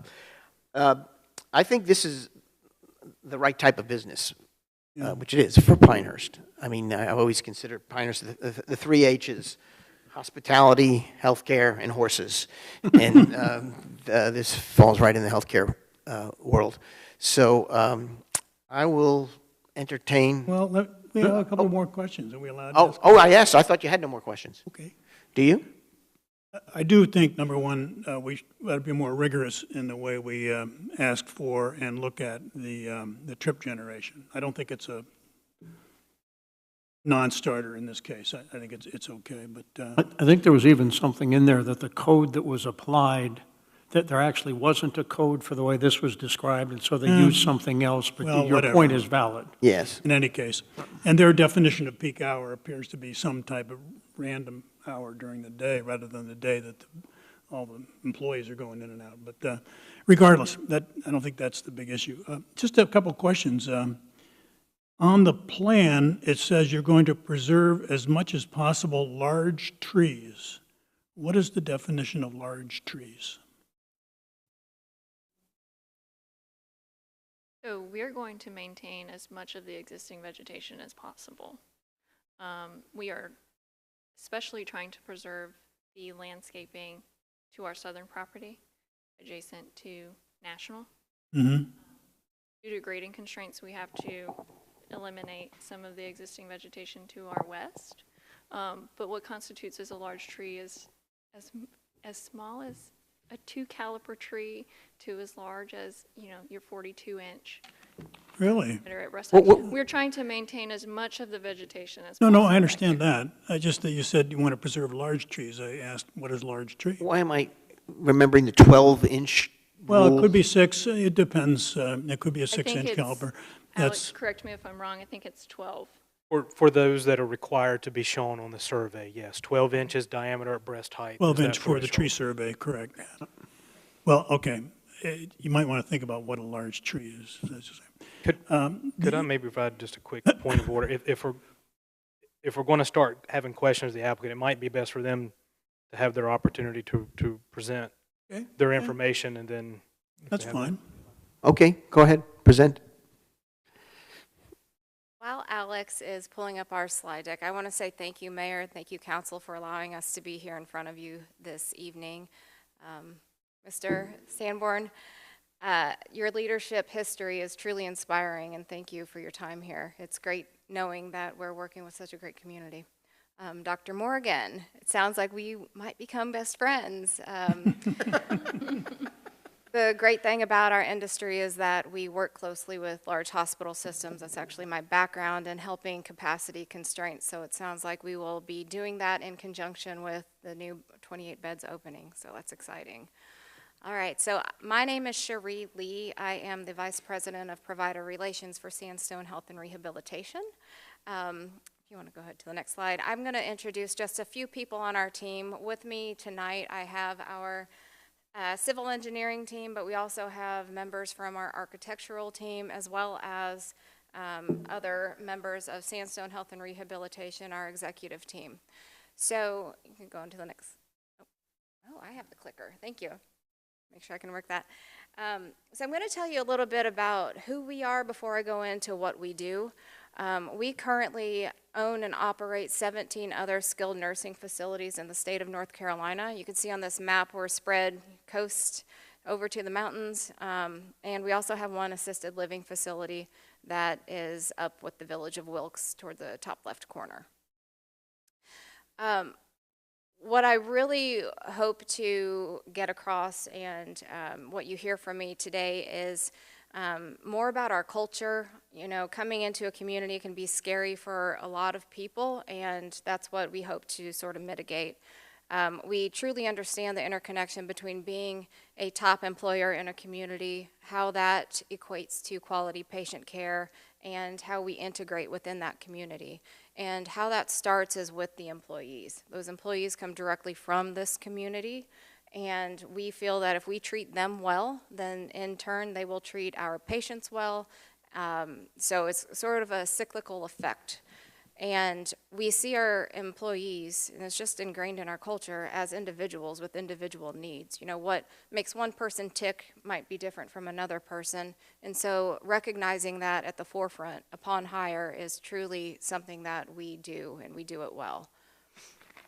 And I don't want to read off a list of what services we provide to you, but the care and compassion that we show for every person who steps foot in our facilities is, it's bar none. I've been in the long-term care industry now for over 15 years, and I can tell you that we do things differently here at Sandstone, and it is above and beyond what I've seen in other long-term care organizations. So You know, whether it be the nursing care or the therapy services we provide, we continue to strive to be innovative. State-of-the-art equipment, and treatments, and services are always provided, but above and beyond that, we offer that in a very luxurious, comfortable setting. So there's been questions raised about the size of this facility, and I can tell you that it's not going to be double occupancy rooms. They're suites, you know, it's very comfortable. We know that privacy and an intimate setting also feeds into positive clinical outcomes. So noises and things like that that happen in a lot of healthcare facilities can agitate our patients and residents to the extent that maybe there are increased falls, for example, or other outcomes that we might not want to see. So offering our services in this type of private room where there's more space for their loved ones to visit, a sitting area and things like that is just different from what other facilities typically build and construct in their facilities, which is exciting to me.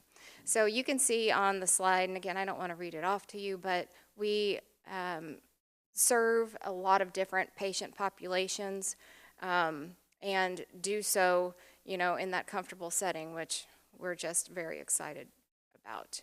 The other great thing that I want to mention about our organization that I think is very pertinent to the community of Pinehurst is that we don't just come into a community and just, you know, we're kind of in the background. We love volunteering. We love being part of the community, and we love to integrate because, again, our employees come directly from the community. So top down, what's ingrained in our culture is that I can tell you our executive team serves on boards. We volunteer our time. Our organization invests in the communities that we serve. And so this is just an example of a small subset of organizations that we support in some fashion. Whenever I was pulling the information together on our volunteer services, I was astounded to find that one of our facilities in some way, shape, or form contributed, volunteered, organized their time around almost 50 different organizations. And it's just, it sends the message that we're all in this together. We care for people in our facilities, but we also extend that beyond our walls and care for the people in our communities. So before I transition over to Lindsay's more detailed presentation about our project, I want to show you briefly what a concept of this facility looks like, also knowing that it's not exact. So please keep that in mind.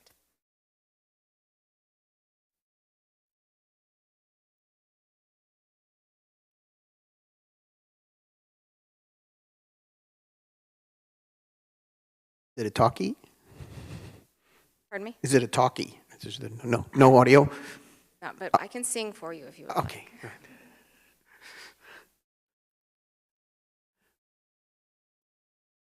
Not a lot of pine trees on this driveway either. Not exact.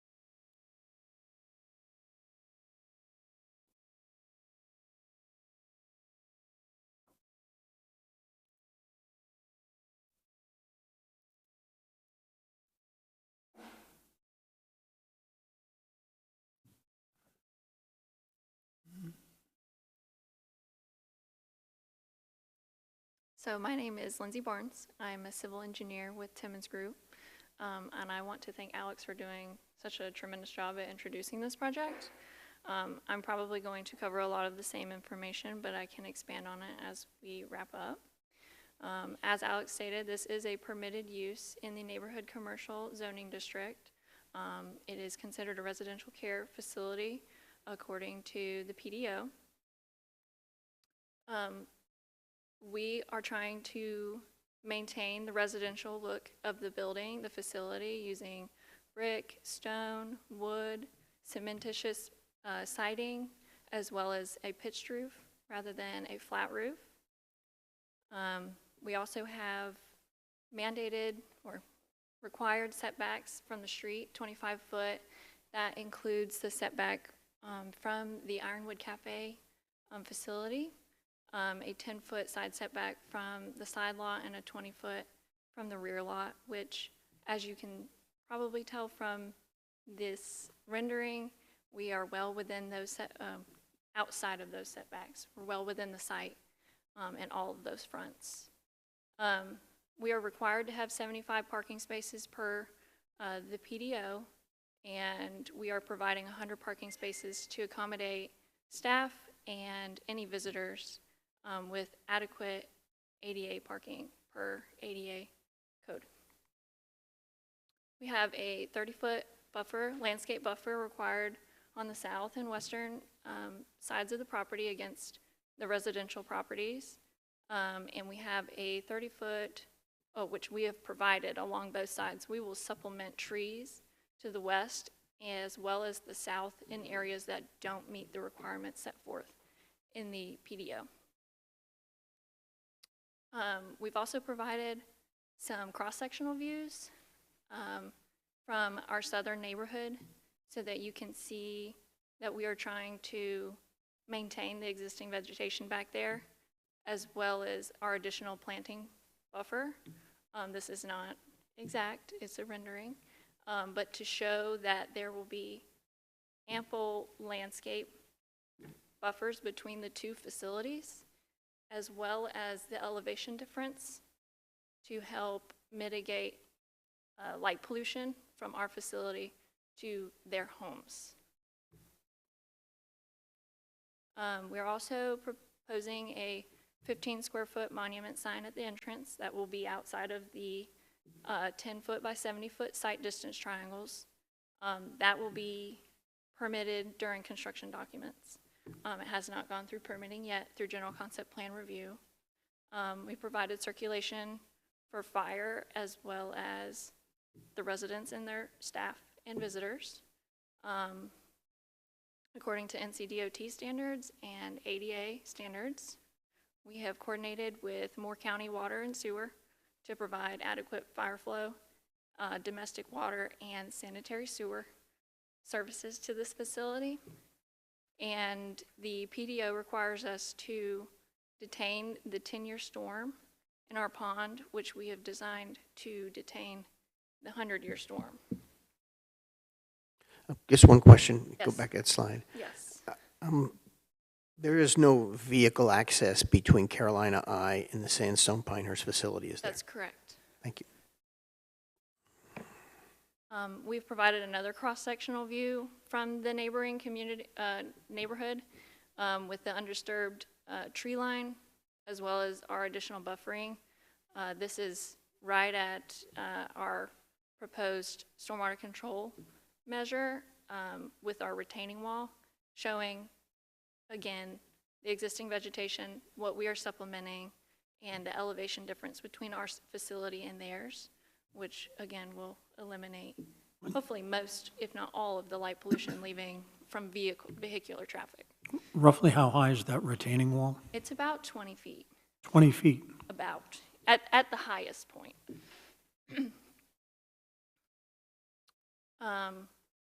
We have gone through extensive review with the Technical Review Committee for reviews in accordance with Appendix C.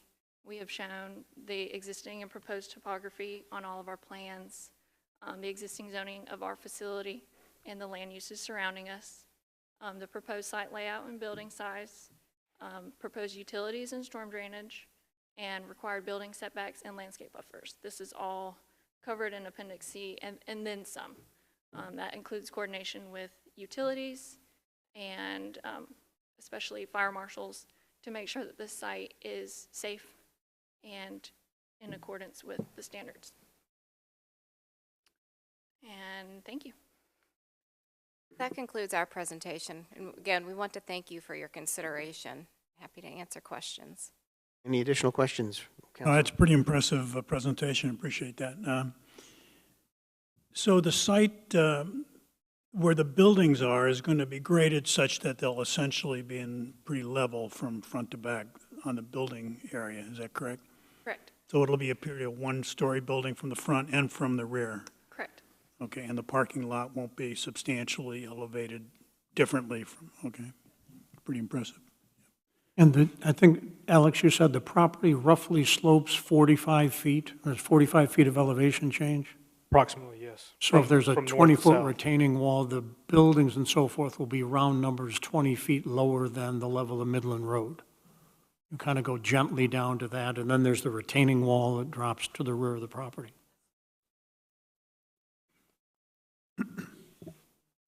I've had a number of relatives over the years that have been in facilities similar, and I appreciate what you're trying to do. It's not an easy job, to tell you the truth. One comment, I mean, it's just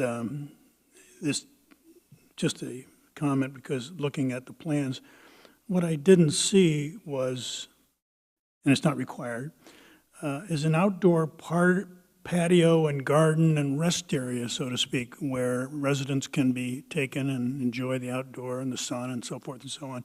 I do see the 4 pads in between the buildings, but I didn't see a garden, kind of a healing garden, I will call it, associated with the property. Am I wrong? No, there are several actually outdoors, and there was special attention paid to that because we agree that nature is a great form of medicine for our patients and residents. You want to click back? On those areas. Okay, yes, absolutely. So as you can see, the building is kind of 2 X's on each side. And each of those X's, those corridors in the front and the rear, there are outdoor recreational spaces for the residents. They are proposing, if you see on the northern side, thank you, Alex, the parking to the west, just south of that, in that green space, we are proposing a small putting green, as well as therapy gardens towards the center core with different pavement materials, different elevations, bridges, et cetera, to help facilitate and rehabilitate. It wasn't obvious from the plan. That's why I asked it. I'm sorry. I didn't mean to go down this road too far. Those details kind of get hammered out a little bit further in construction drawings. So oh, yeah, of course. of course. We have insights there. Yeah, it's not for us to say one way or another, but I just noted it. Has been considered. I'm glad to hear detail. that. Yes. Great. Hearing none others. Other than I do think you need at least some music to go with your presentation. It's very good. I am ready to entertain any public comments right now. So if there's anybody here, the names that had signed up, there were 3 names. 2 had left, and 1 is you. So you're okay. You didn't have to sign this. Sorry. It's okay. So if there are any members of the public who would like to come up and comment on what we've just heard, you're welcome to come to the microphone. Is there a doctor?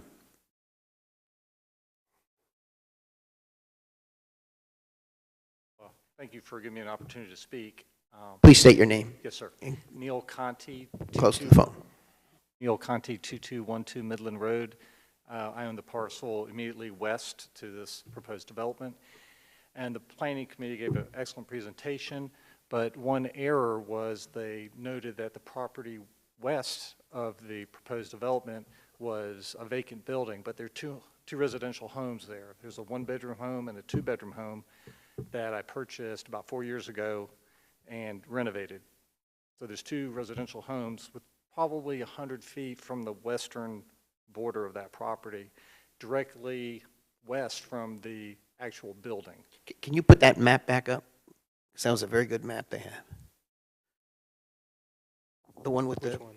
diagram of the proposed facility and how it abuts the, This one? there you go. That's probably good. So where are you on this, Doctor? So I would say the building, if you're looking at that diagram coming in the driveway and go down, and then you take a right on that driveway as you come in. Mm-hmm. So where I can't say exactly based on this, but just the general dimensions of the property, where the driveway goes to the right is where about 100 feet from the property line is a one-bedroom, I call it the cottage.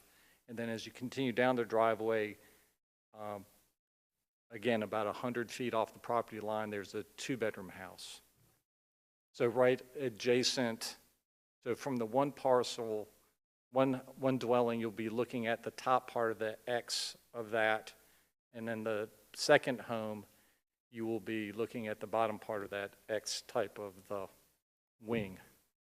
And so my concern is that traffic coming in the driveway and going to the right is going to be headlights illuminating the one-bedroom house, and then cars coming on the bottom side of that parcel, or the diagram coming around, are going to put headlights into the two-bedroom house. One concern I have. There seems to be a lot of foliage, though. Am I Yeah, wrong? well, this diagram is, at the planning meeting, I called it an exaggeration of the vegetation there, making it look more like a jungle than what it is. It's not that dense. And a matter of fact, up in the, where I said the one-bedroom cottages, there's actually no vegetation going to, there's a very old fence there.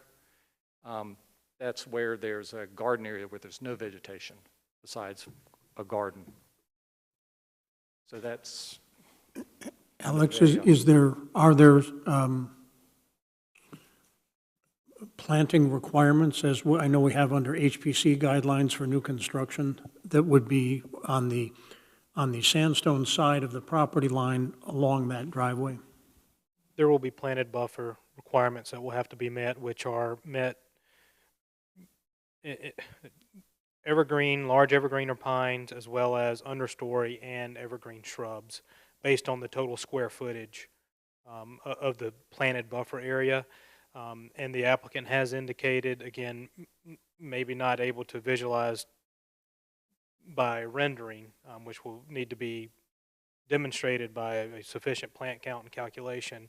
But they have indicated that they would provide supplemental plantings in certain areas, and it sounds like along that access drive, which was also sort of indicative of the... There's no plan at the moment for a fence, a shadow box fence or something that would provide an absolute barrier? Not at this time, but if the applicant wanted to propose such, of course, there are standards we would review that against. I would like to add that the road, the drive aisle directly adjacent to the facility along his property line, that western property line, there is approximately 10 foot of elevation difference down to the facility. So cars going along that drive aisle will be lower than his property. That will help with vehicular lighting as well. May I make a comment on that? Yeah, please. I have walked that property, and I would disagree with the elevation change. I'm not a surveyor, but it's level.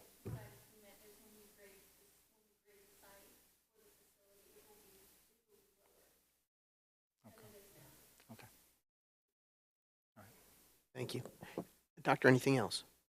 Yeah, so when I purchased this property, I had a meeting with the planning department because my parcel was about 10 acres of neighborhood commercial and then some residential zoned on the west side of the property.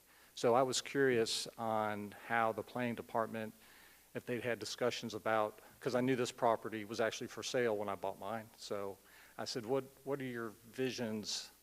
Has the town council thought about, because this is a major corridor coming in from east to west, it's an entryway into Pinehurst, and it was zoned neighborhood commercial. I said, what's the appetite for the village of Pinehurst to have this developed? Because I knew what was going on down Highway 5, where you guys put a moratorium on development. So I was like, is that in consideration, or, and I was told that, well, it's neighborhood commercial. We had discussion about what neighborhood commercial was, and it's what several members of the town council mentioned today. It's small development, and things in some part of that, and forgive me if I'm wrong, I haven't reviewed it in a couple of years, but it was things like medical offices and restaurants and small retail, things like that. And so I think saying that this is in the spirit of what this property, I think it's a modification or perturbation of the zoning to allow basically a 80,000 square foot building. So in the neighborhood commercial, it does mention things like offices, but I don't think an 80,000 square foot building would be, I mean, that's a very large office. You know, it's like calling the Pentagon an office or something like that. I don't think this is in the spirit of what the neighborhood commercial zoning would constitute. Thank you. That's all I have to say. Thank you. Any comments? Okay. All right. Anyone else? Yes, sir.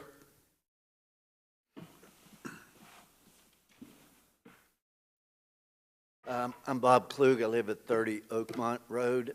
Our business is Pinehurst Area Realty and Midland Country Club, which is kind of across the street from this. I'm not here to oppose this project, but I did want to talk about traffic. When I came to the planning board meeting and mentioned that we had met with DOT, Pat was at that meeting a couple weeks ago, that DOT gave a presentation of their plan for Midland Road. Midland Road is going to be resurfaced next year, and along with that, they plan on closing medians up and down Midland Road, which includes the one in front of Ironwood and Midland Country Club. So if you're coming from Pinehurst and you want to go into Midland Country Club, as an example, that's going to be closed. And so what's going to happen is you're going to go past that up to Carolina Eye, make a U-turn. There'll be a little bubble there that'll allow you to get back into that lane. The same will hold true if somebody's wanting to go to Ironwood or to this facility coming from Southern Pines. They'll go past Midland Country Club, come down near our office, just short of our office, and do the same thing. There'll be a turn lane there to make a U-turn and come back up. My concern, you know, and this facility is going to be a right in, right out, which is the right thing. My concern is Carolina Eye is been known for a lot of traffic accidents in front of it. You talked about the cataract and so forth. I'm going to Carolina Eye once a month now, and I can see what's, you know, that traffic. We've been out there for 50 years, Pinehurst Area Realty, and have watched the accidents in that intersection. So what I'm asking of you is to talk to DOT about the possibility of making a right in, right out of Carolina High. There's going to be more traffic with that, you know, with traffic coming from Southern Pines wanting to make the U-turn to get into this facility, Ironwood, or the Bistro. You know, it's going to go past and come to that intersection. So, and I went to that same meeting with Pat, or was at that same meeting, and made that suggestion to them that they consider making a right in, right out. So traffic coming out of Carolina Eye would then go down to Mid-South, basically, Dr. Neal Road, and make the U-turn and come back out. Did you get any feedback from them? No, not yet. We met with them twice before that meeting, actually, but they weren't committal to what they'll do. I mean, you know, there's, I forget how many, 60 medians that they're talking about closing. But that one, there's a, you know, it's neighborhood shopping. There's going to be more activity in that area. And I think it's just going to be safer for your community, safer, you know, for people coming out of Carolina High, for them to make that suggestion to Carolina High. Okay. Thank you. Thank you. Questions there? Comments? Yeah, it sounds like a good point.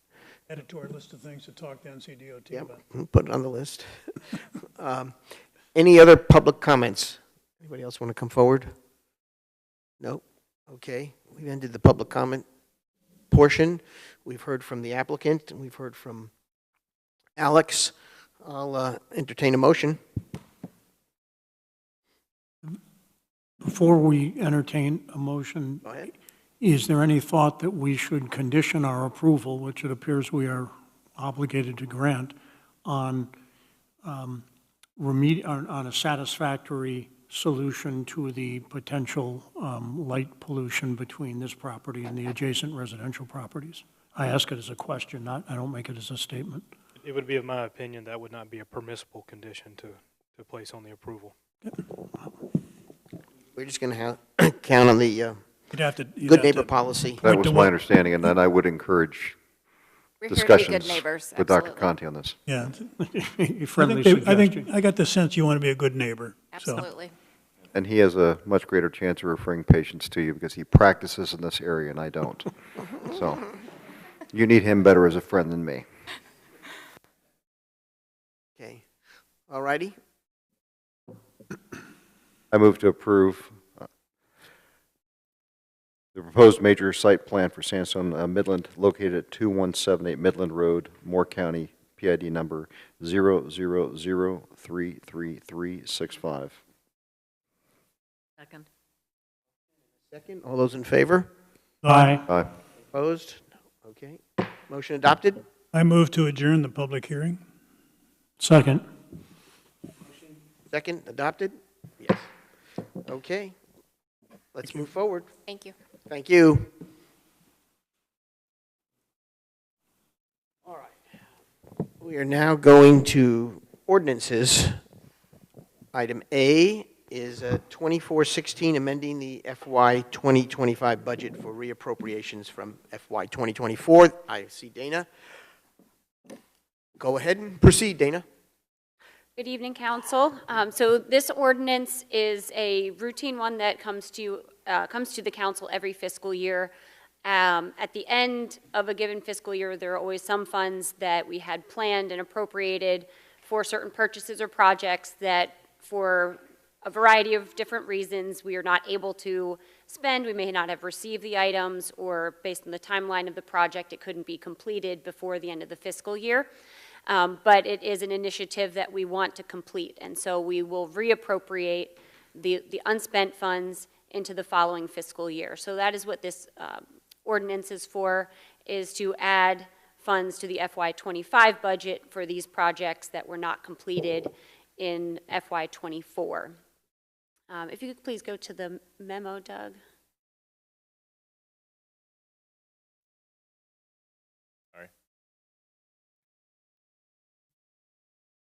There is a summary here showing the reappropriations by department. Streets and grounds is a significant portion, but that includes the majority of the reappropriation funding of about $1.1 million. That's for the downtown streetscape enhancements, the intersection project, and stormwater improvements, as well as the sidewalk funds that are planned to be used for the number 6 sidewalks this year to complete that project that has been designed or is in the process of being designed. The overall of reappropriation amount, the total is $1.9 million. If you could please keep going down, Doug. This list is a detailed list by department and project of what we're reappropriating. You'll notice many of the lines say allocation of IT document imaging project that's in progress. The IT department is managing that document imaging project, but the way we do our appropriations, the IT expenditures are spread across all of the other departments that utilize IT services and that IT supports. So that is just each of those departments' allocations of that project for document imaging. And you'll see that it's hard to read on there, but the total is $1,950,042. If you can keep going down, please, Doug. We have a graph here that just summarizes it by, sort of by type. The majority is construction and repairs, Again, 1.1 million of that being for the stormwater, streetscape, and pedestrian projects. The next largest portion is the purple, 370,000 for professional and contractual services. The majority of that is for the PDO rewrite, the multimodal plan, and the STR monitoring solution, potential software solution. And that's followed by 295,000 for goods and supplies. And the majority of that being some equipment for different equipment items, fire hose, dispatch radio for police, things that were ordered but not received in FY24. And then some small portions for about over 40,000 in donations and restricted funds. These department heads don't need to specifically request to have carried forward, as is the practice for any of the other unspent dollars. These are automatically carried forward if they don't spend funds that had been donated, and we add in any new funds donated during the fiscal year.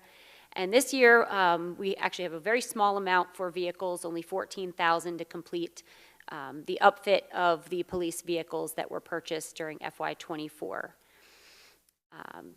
The remainder of that goes through some of the details I just spoke about in terms of the specific projects that we're requesting reappropriation to complete in FY25. Any questions? Just one. Does the reappropriation change the bottom line on the budget we adopted? It still stays at 32.5, and this is... Well, it will increase the total expenditure budget, and it all is offset by increasing the fund balance appropriated.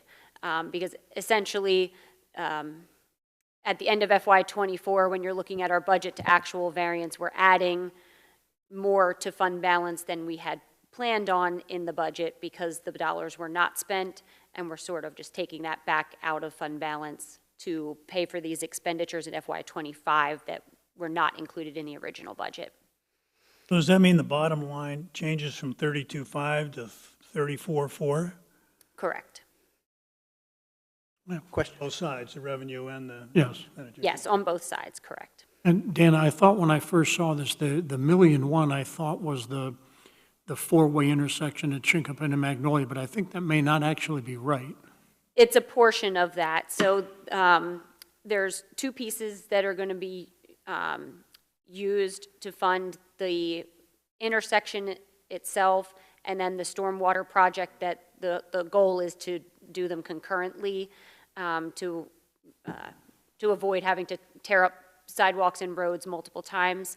And so there's funding that's being carried forward, $117,000 from the FY24 downtown streetscape enhancement funds, plus $200,000 that's already appropriated in FY25. Then there's also $785,000 left over from the stormwater project funding in FY24 that's being added to the funds appropriated in FY25. So it's a combination of funds from multiple projects. As always, incredibly detailed and thorough.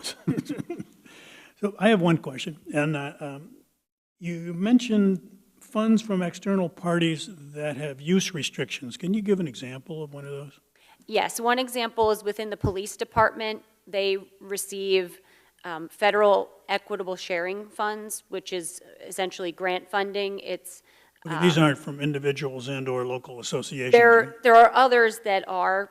They're certainly much more softly restricted than the federal grant funding that we carry forward for the police department. But we do include donations from the public that are specifically given to the police department, the fire department, the parks and recreation department. Those, we at least restrict them to those departments to where they're not just added to fund balance to be spent on any expenditure.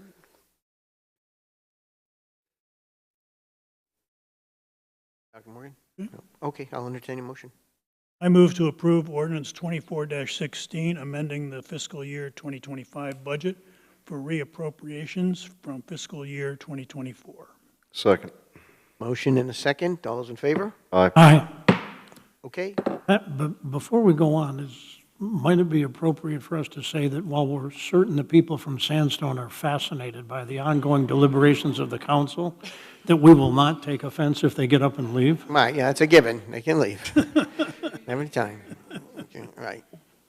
You're welcome to stay, but... Yeah. Okay. All right, Dana, you don't have to move, so we're on item 9B. Discuss and consider ordinance 2417 amending the FY25 general fund budget for a new SBITA. Yes, so this will be an ongoing exercise for us as these come up. When we met for the budget meetings in May regarding the FY25 budget, we don't know, we plan software purchases and acquisitions during the fiscal year for specific software, but until we have an actual contract in place, we can't evaluate it to determine whether this particular GASB standard for subscription-based IT arrangements, which is what that SBITA's terrible acronym stands for, but this is to comply with that specific standard. And so once we have a contract in place and we've selected the software, then we can do the evaluation to determine whether we need to move money around within the budget and adjust the budget to accommodate this accounting standard. And so that is what has happened here. We have the contract ready to go for our electronic timekeeping, electronic time and attendance system, which was included in to be purchased in the budget, but we do need to account for it as one of these subscription-based IT arrangements. So it adds an appropriation to fund what is considered the asset that we will have upon acquiring the software, and the issuance of what is considered to be by the standard debt, another financing source, revenue. But I do want to clarify that as with all the other leases and these subscription-based arrangements where we are required to report it as debt and debt service payments of principal and interest, we are not actually financing the purchase when we pay. It's the allocation of the payment we would make no matter what between principal and interest. We are not actually paying more like with a traditional loan, the way you would think of debt. So are we moving $60,000 or just 26.6? 26,600 is what the calculation comes out to of what we have is the initial value of the asset and the debt. And then we do need to move out of the $15,000 that we had included in the FY25 budget. We need a little over $10,000 to transfer to the debt service budget, or sorry, $6,400 is for the anticipated debt service in FY25.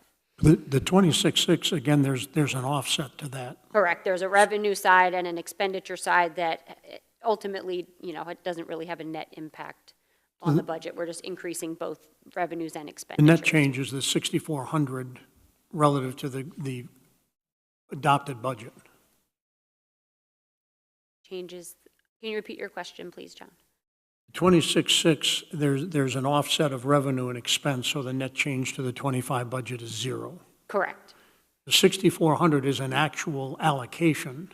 Yes, but it's being moved from the financial services department appropriation where we had $15,000 already included in the budget. So we're moving 6,400 from financial services to debt service. Thank you. So that's more of just a transfer between the departments. It's very confusing, and I hate that we have to continue to bring these to you, but since we're amending revenues, we don't have a choice. Well, it looks like all these IT software arrangements are moving to a subscription-based service. I mean, even in the home.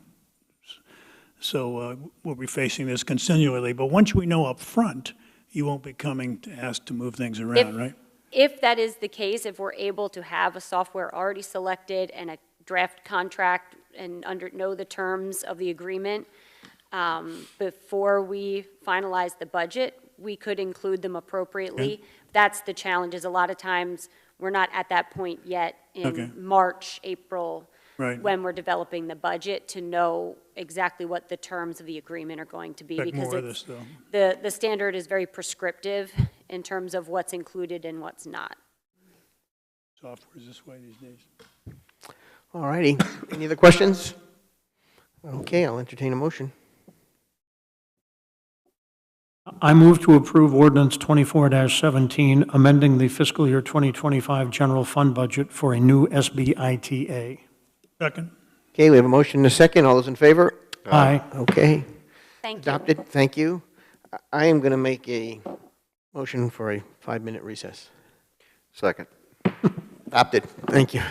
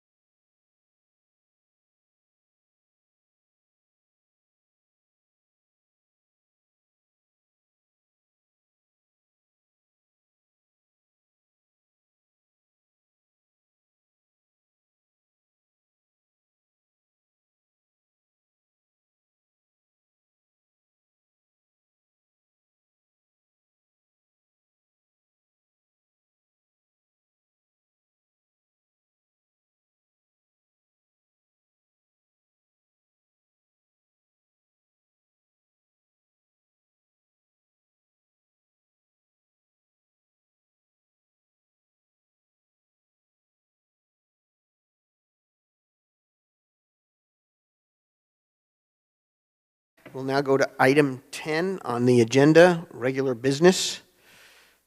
First item is the end-of-year FY 2024 summary reports for the police department and the fire department. Welcome, chiefs. I think I see up there the police department on our screen. Shall we begin with Chief Webb? Yeah, we'll get going. I put together a PowerPoint, but I do have the more detailed information with me if you have any other questions. But just to sum up for the fiscal year, we had 0 violent crimes reported. We saw a slight drop in our fraud reports, thefts from motor vehicles, which is people going into your car while you're sleeping or otherwise busy and stealing things, and breaking and enterings were down from the overall average over the 5-year comparison. In all, even though we were a little shorthanded, the officers answered over 23,000 calls for service. That's both citizen and officer initiated. They issued just over 1,700 citations, made 178 arrests that had 304 corresponding charges, and that is felonies and misdemeanors. As part of our transparency initiatives, we do send out text surveys for most calls. There's obviously certain sensitive calls. You're not going to get a "how did we do" text on it, but we're getting a response rate of around 46% and right at a 93% satisfaction rating with the service that they're getting from our telecommunicators and our officers. Chief, the 46% is the percentage of people that the public that you asked to comment who actually did. Correct. And I think I've mentioned this before, but the company told us to expect around a 23% rate with a mostly negative rate, because that tends to be where we're more motivated to give correction than praise most of the time. But the culture that we have and the professionals that we employ, they inspire people to reply and do so in a positive way. And I'll say also that the officers weekly get an email with all the positive comments, because there is an option to leave a comment. They get an email with all their positive comments that they generated throughout that week, so that they can see that even though they thought it might be a routine call, that the public really does appreciate what they do. And I get the negative comments if there are any, and usually there are not.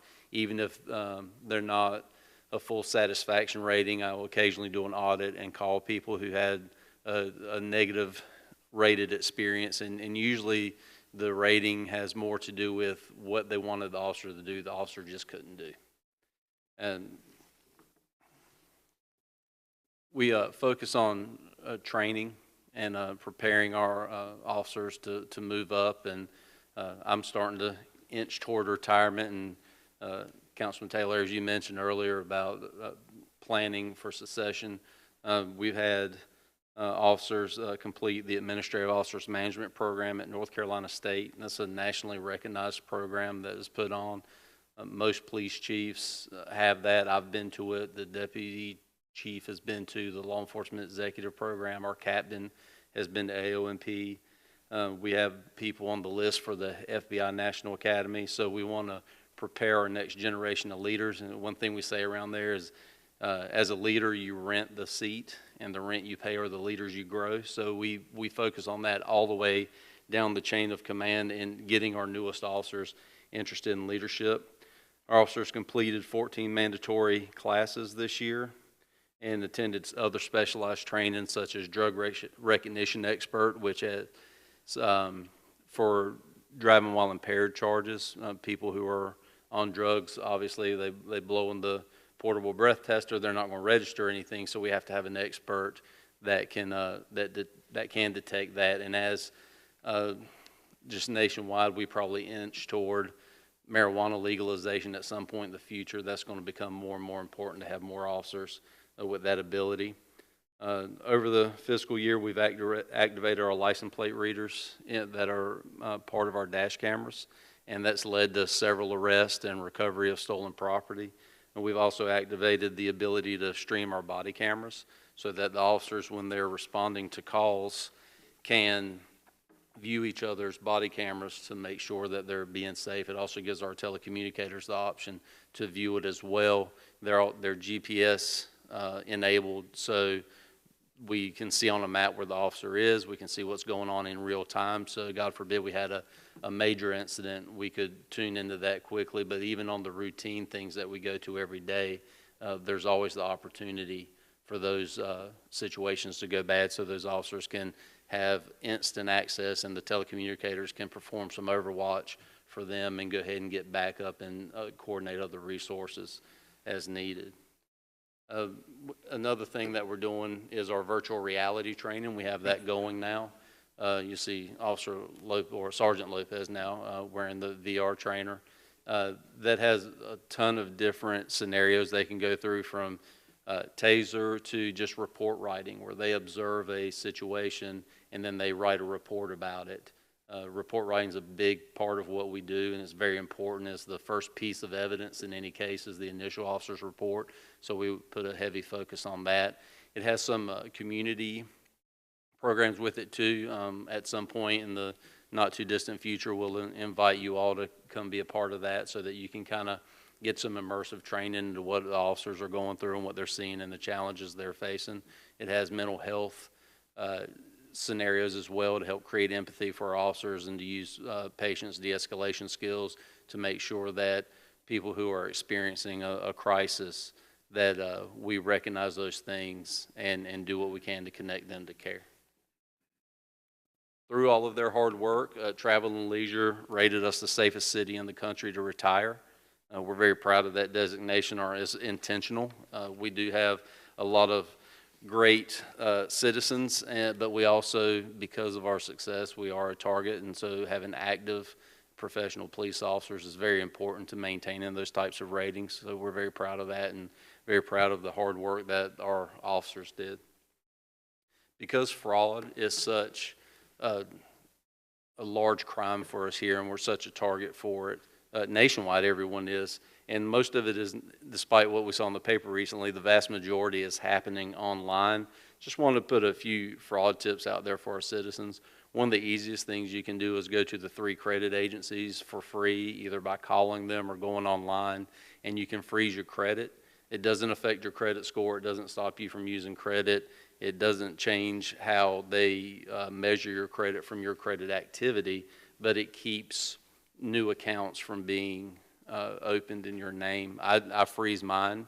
I'm not buying a house or a car right now, so I don't need it open, and you can quickly and temporarily open it.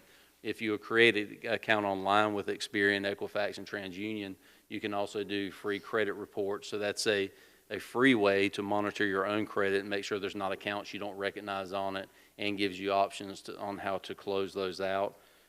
Also encourage people to use, if you can be responsible with it, to use credit instead of debit, because if there is fraud on that card, you're spending someone else's money and you've got a little more protection than trying to fight the bank to get your money back. Checks, I don't write a lot of checks anymore, but I know people do, and there's a habit from early on, if you were at the genesis of that, to put your Social Security number on checks. I'd tell you, do not put your Social Security number on anything but job applications and anything else that it's required for. Any credit solicitations you get in the mail, I'd encourage people to shred them and get a micro shredder. You can get them for about $40 on Amazon. They turn the paper into confetti. It makes it, just the string shredders, you can put that together pretty quick. And again, like I mentioned, check your credit reports. And if anything else, come by the police department. We'll sit with you. We'll walk you through it, talk to you about it, and you can work with someone that's you can be comfortable with and knows has your best interest at heart in trying to get folks shielded from fraud, because it is a big problem across the country. And as AI becomes more realistic, it's going to be an even bigger problem between fraud calls, video calls.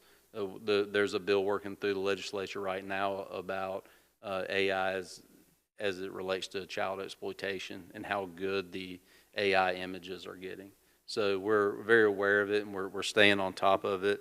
And a few other things to remember is that people that are legitimate won't be rushing you, and to not use Venmo or Zelle or Cash App to send money to people representing themselves as part of local governments, state governments, or credit card companies.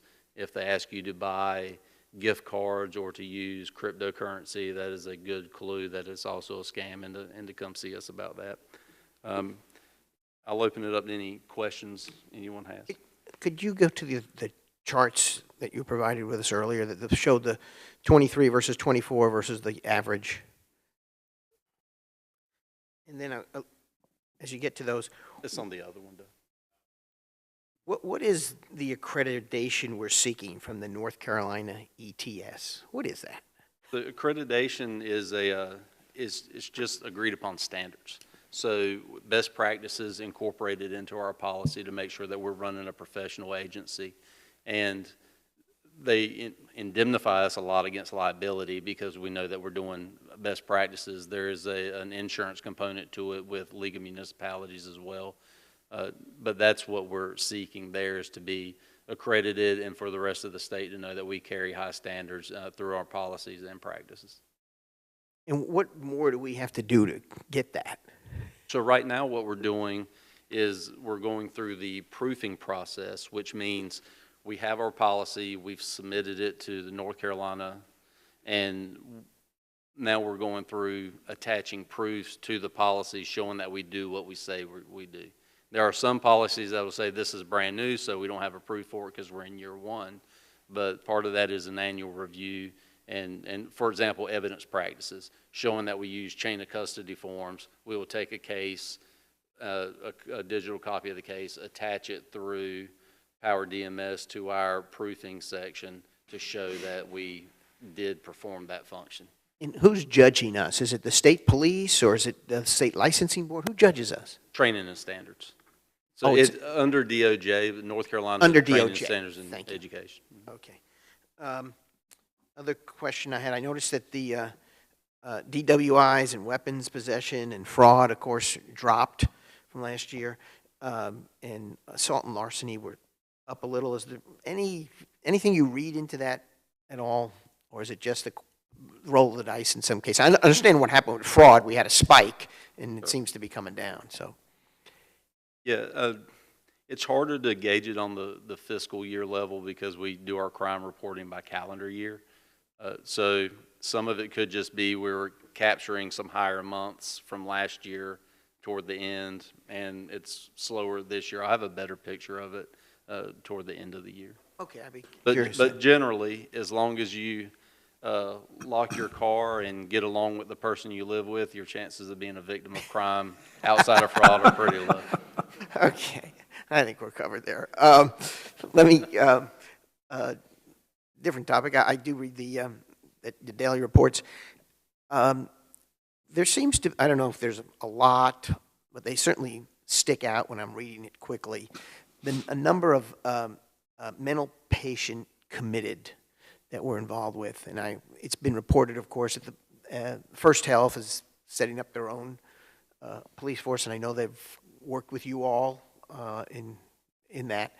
Can you describe, for the council as well as for those who are listening, what's involved for the police department when this mental patient is committed? Because I think a lot of people don't realize what's all going on there. That comes in all sizes, really.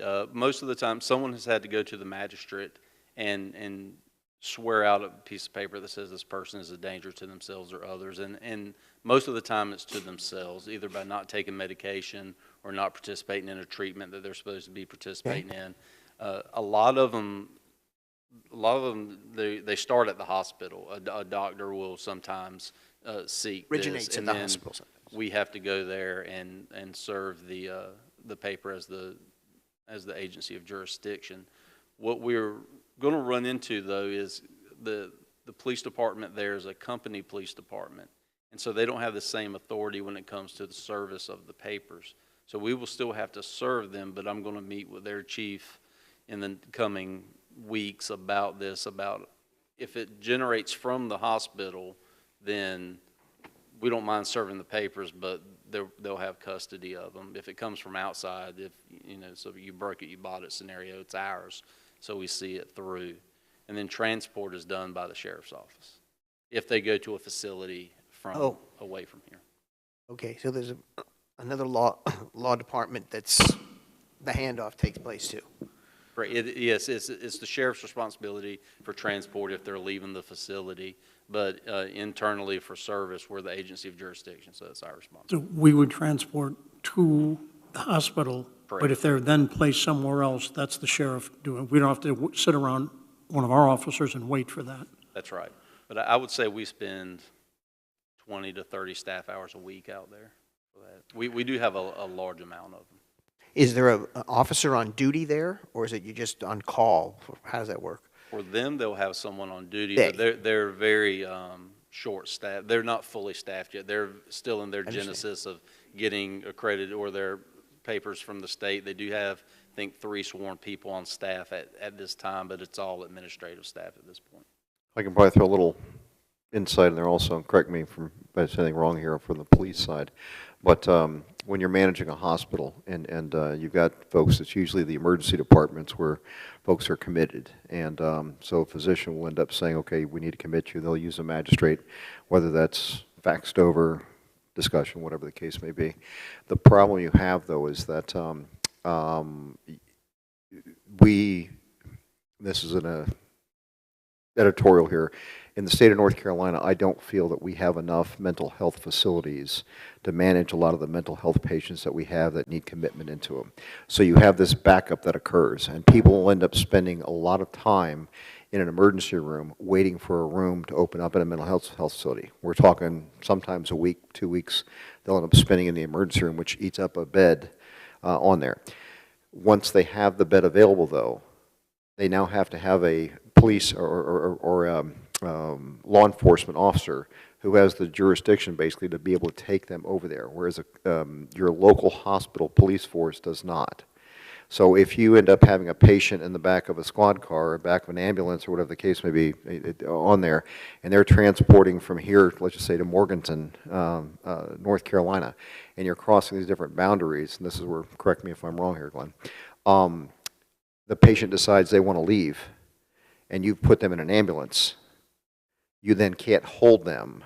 Okay, you have to have a law enforcement officer who's actually transporting them because they basically incarcerating the individual. Otherwise, they just say, hey, stop the ambulance, I want to get out of here. And this guy's been committed. Okay, so that's why there's a need for that. And the law enforcement officers, and we struggle with this also because there's not enough sheriffs out there to be able to do this, and it also creates the backup in the emergency room. Okay, so anyway. Oh, that's helpful. That's helpful. My colleagues have any other questions they want to pose to? What are community threats? C-O-M-M? Oh, I'm sorry. That I need to start spelling that out because it's happened before. Communicating threats. Communicated? Communicating threats, yes. Oh, yeah. Please do, yeah. Just one question. Go ahead. You said there's 2,300 calls for service. 23,000. What is the... 23,000. Pardon me? 23,000, I thought. Excuse me, 2,300 I thought it was. 23,000. 23,000 calls for service. Whoa, okay. I got that wrong. What's the trend line on that over the years? And is it depending on the traffic, the number of people that live here? I mean, population, is it tied to anything?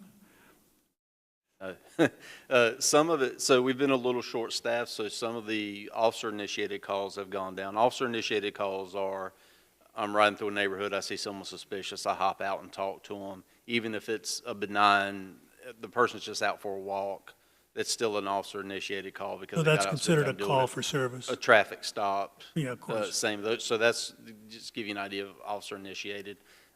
Citizen-initiated, obviously, any call that we get from there. And no, it goes up, the overall trend is up, but it goes up and down. I mean, the COVID year, we had a lot more because everyone was home, so we were getting a lot of calls. I'm thinking planning for the future, you know, and resources and so forth. Pretty sure that what we is the capture that. variable? What is the dependent variable? I'm pretty sure that we look at that data in our strategic planning process that we're about to start this fall. So That's 65 a day. That's more than I would have guessed, round numbers.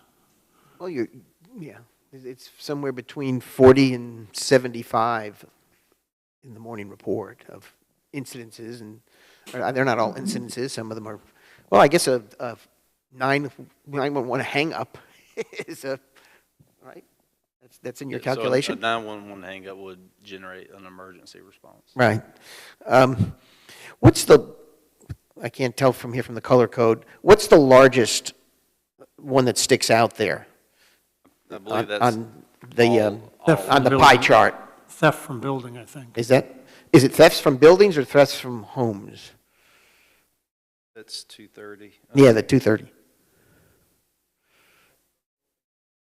That's 4 down in the right column, I think. I don't know. There's another one that's a close color. I'm going off the number 230.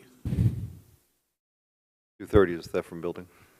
Theft from building, does that mean something other than a home, or is that a commercial thing? Theft from building would be, and this is part of the convoluted nature of NIBR's reporting. Theft from building would be, just use the hospital reference. If you're at the hospital and someone walking through to visit a family member takes your wallet, then off of a table, then it's a theft from the building. It's not the same as breaking and entering. It is a theft that occurs inside a building where you did not break and enter to the building. Those aren't residences generally? No, okay. That's what I was trying to clear up. Last generic question that someone asked me about. Does the phrase disturbing the peace still exist in law enforcement? And is that applied? And who's got responsibility for it? And what does it mean? I mean, it's not codified. It's not, okay, I didn't think statute. There is some breach of the peace language in, I think it's 19-1, but that kind of centers around adult businesses. I've been looking into these types of things recently, and it's not really, it would become closest to disorderly conduct, but then that also has a definition and very affirmative elements. There's not 9216 unruly gatherings or unruly. Disturbing the peace is in unruly gatherings, is it not? Yes. What is the definition of disturbing? Or, no, disorderly conduct. Disorderly conduct is when you're making some kind of affirmative verbal or physical attempted assaults, or saying things that could provoke someone to a physical confrontation. And that is not verbatim what the statute says, but that is, we're around the bag on it for turning to, right? So it's, if you were attempting to incite me to do something to you, or were just berating me, that could be disorderly conduct. And then there's a companion to that of drunken disruptive, but that also, a lot of these also require you be in a public place when it's happening. I guess that disturbing the peace goes back to the old cowboy movies. I mean, that's the only way I could figure it out, because I think it's in common law in a lot of places. Okay. All right. Any other questions for Chief Webb? No? Okay. Well, thank you very much. Our acting fire chief, please introduce yourself. Most people have, for the last 10 or 12 years, have used to a different face up here giving us a report. So let our residents know who you are and so forth. Yes, sir. My name is Derek Clouston, and so I've been with the Village of Pinehurst. March of this year was 4 years. Before that, I was previously with the state of North Carolina with the State Fire Marshal's Office, and done my time there, and now I'm here and very, very happy. So looking forward to going through this with you tonight. If you have any questions, looking forward to those. So I'll just I'll kind of direct your attention to the top banner. First off is we're an ISO Class 2. So basically, you know, that's an insurance rating. So fire departments in the state of North Carolina are rated on a classification of Class 1 through 10, 1 being the best in terms of fire protection, and then 10 being what they call non-protected. And So we're an ISO Class 2 within the village limits. So anything that's inside the village limits is a Class 2. And then for our county area, because we also have some county district, we'll hit that here in just a second, is a Class 3 rating. So that is what determines your insurance premium. So when you look at your homeowner's insurance, you look at your business insurance, anything of that nature, that is what determines what you're going to pay for your insurance for your home. Also, we're internationally accredited. That accreditation, we're reaccredited, and our next accreditation is due in 2026. Across the nation, there's less than 300 departments right now that are accredited by the Commission on Fire Accreditation International. There's less than 300 of those, and we're one of them. And we're one of them. So, in the state of North Carolina, what's the number? We're one of 16, or is it? It's 15 now. 15. Yes, sir. It's 15. So, thank you, sir. So, calls for service for last year was 2,409. The next item that you'll see there is overlapping incidents. So what an overlapping incident is basically if the unit is not in the station because they're out on a previous call, another unit has to cover that. Okay, so that's what that overlapping call means. So that's at 22%. So basically what that means is 1 out of every 4 times that somebody calls 911, the primary unit that would be responding is out of position, okay? And when they're out of position, that means they're answering another call. So that's what that overlapping. So we're approaching that. We're at 22.62%. So we're approaching that pretty rapidly, where that's going to be almost 1 out of every 4 times. And so, is there an industry standard or a state standard for what? There's not necessarily industry standard, depending on different texts and things that you read. You know, it all depends on the community and the level of service within the community, what the community needs to provide. What I will tell you is what that overlapping call does to us, though, is it elongates that response time, and that's what we're seeing in some areas, is an elongation of our response times. And as our calls for service increase, that number is going to continue to inch up. Okay. I'm looking at your pie chart there on location of calls for service. Yes, sir. Is I understand the village and the district. Is assist to others, does that mean we're going to Southern Pines or we're going to Aberdeen? Yeah, so what we have is what we call automatic aid agreements. And so what an automatic aid agreement covers is it's automatically. They don't have to physically call for us, right? Hey, will you come help us? Those agreements are already made between all the departments and all the stations within Moore County. And so we do assist all of our neighbors, Aberdeen, Pinehurst, West End, Eastwood. We're a signatory of that automatic aid agreement across the county. So we do provide that. So our busiest day of the week is Friday, and our busiest hour, so you're going to notice a 10A and a 2P. If you look at that, it's because those 2 times within an hour, they're about neck and neck. And then times staff are recalled. So what a recall is any time that we have a significant number of our resources tied up on an incident, such as a structure fire. If we have a bad wreck, we have pin ends, and our resources are tied up and we don't have enough resources to continue to answer calls in the village, we will recall off-duty staff. And so last year, we had 12 recalls last year. And then moving to the center of the graph, you'll notice a call breakdown. So this call breakdown is generated by the National Fire Incident Reporting System. NFIRS is what we call it. And so you'll notice that fire incidents were 4%. Rescue and EMS incidents were 47%. Overpressure, rupture, and explosions, that's basically like, exactly what it sounds like. It could be a pressure vessel rupturing, an explosion, something like that. Don't have a lot of those things, thank goodness. Hazardous conditions, no fire. That could be anything from electrical wiring going bad, smoldering. It doesn't rise to the definition of that within the reporting system, so that's where that goes. Service calls, calls for service. Somebody needs something. Somebody needs some help with something. It doesn't really classify as an emergency when we get there. So generally we go and we provide that service to them. Good intent calls, that's where somebody thinks they see something burning, they smell something. Like a lot of times when they're doing the control burns on Fort Liberty, a lot of smoke wafts in, and of course we get calls for that.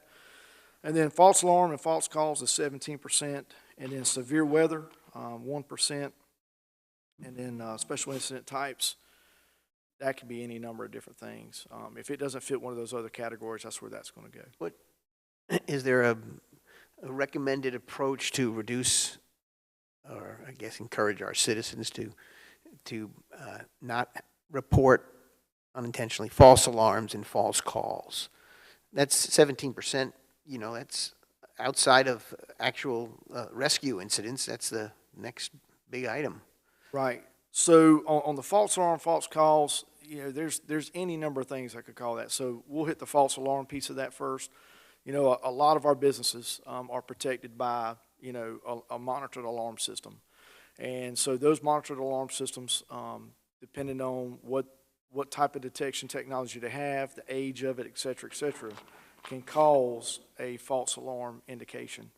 What I will say is one thing that we have been focused very heavily on in the last 18 months, especially since we got the new assistant fire marshal on staff, is ensuring that those systems are maintained annually. There's actually a provision within fire code that says that those systems have to be maintained annually. And we've actually we actually engaged with a free software vendor called the Compliance Engine.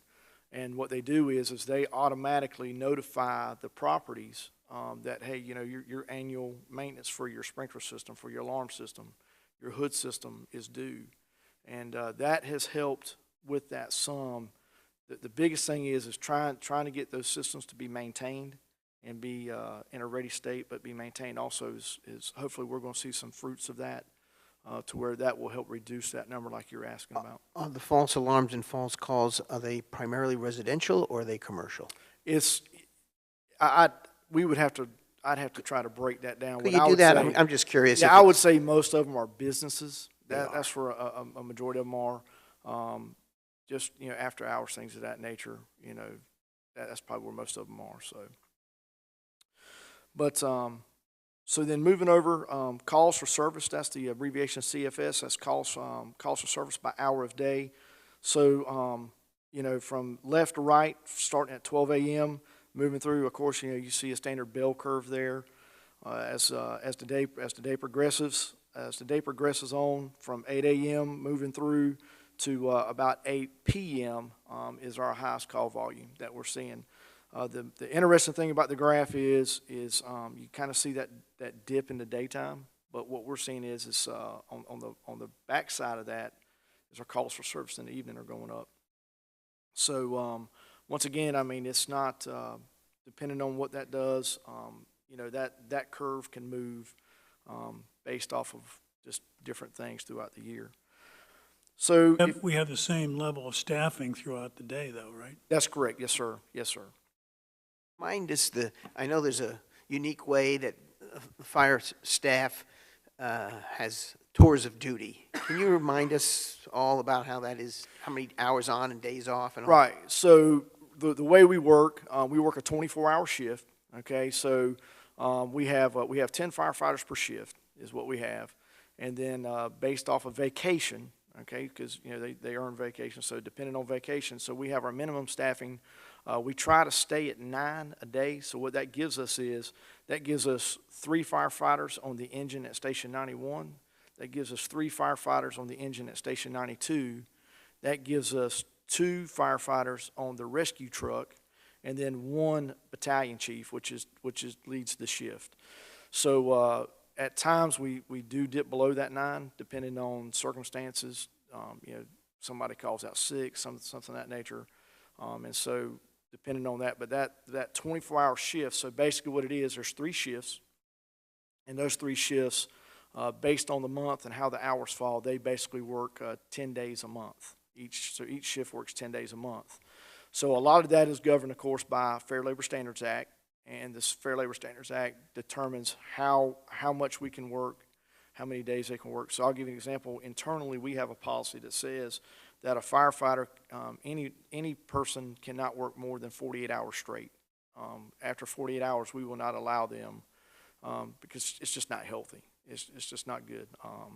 The degradation that you see in the decision making, the fatigue, it really becomes evident after that. So we do not allow them to work past that 48-hour mark.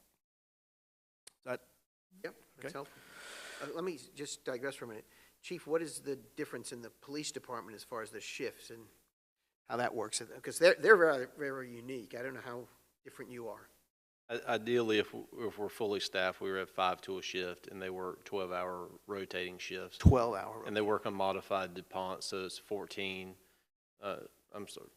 7 shifts over 2 weeks. That works in days off in between. So you would work on Monday, Tuesday, Friday, Saturday, Sunday, and the following week you would be off Monday, Tuesday, Friday, Saturday, Sunday. And then when they come back on Monday, they switch to either days or nights. And clarify something real quick, I'm sorry, that pie chart, that was actually 90 Zs, which is all other offenses, so it's anything that there's not a NIBRS code for. I just noticed it was very large.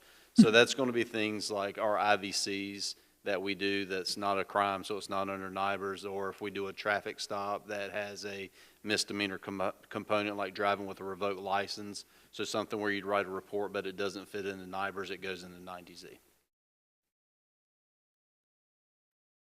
So I'm big on calls for service, as you can tell. So the trend line on the 10-year comparison shows that it's time for a fire birdie. I guess there's no doubt about that. Don't you think so, Jeff? Yeah, and we have one scheduled this fall, right? Yeah. Yeah, it is in this year's plan. We're a little bit behind on assembling that team with Matt McCurahan's departure. But this really Come calls soon. it out vividly, in my opinion. I mean, it doesn't. You don't have to be a genius to see the trend line here, and we have to look at that carefully. and that's, and when you look at that trend, you know, when you look at the influx of what's coming in development-wise, one thing that we do is we work very closely with Alex, and we look at development and what does that do, because you know, more development, more people, those are just going to drive. That's going to continue to drive those numbers up. You know, a residential property, a residential development, to everything like what you just heard from Sandstone, for that type of structure. Those are additional calls for service that are going to impact the community. It's going to impact the department. So to your point, you're 100% correct on that's going to The more trend up. population and structures at the same time is can move. How does calls for service stack up against or versus Southern Pines or Aberdeen? Are we all in the same ballpark, at least with Southern Pines, or is there a different distinction? Do they have fewer false alarms or more? I'd have to put some effort into to actually get their call. I could get their call breakdowns and look at it. What I would tell you is, when you look at when we go to the county, we look at it. Us, Southern Pines or Aberdeen are pretty close to each other.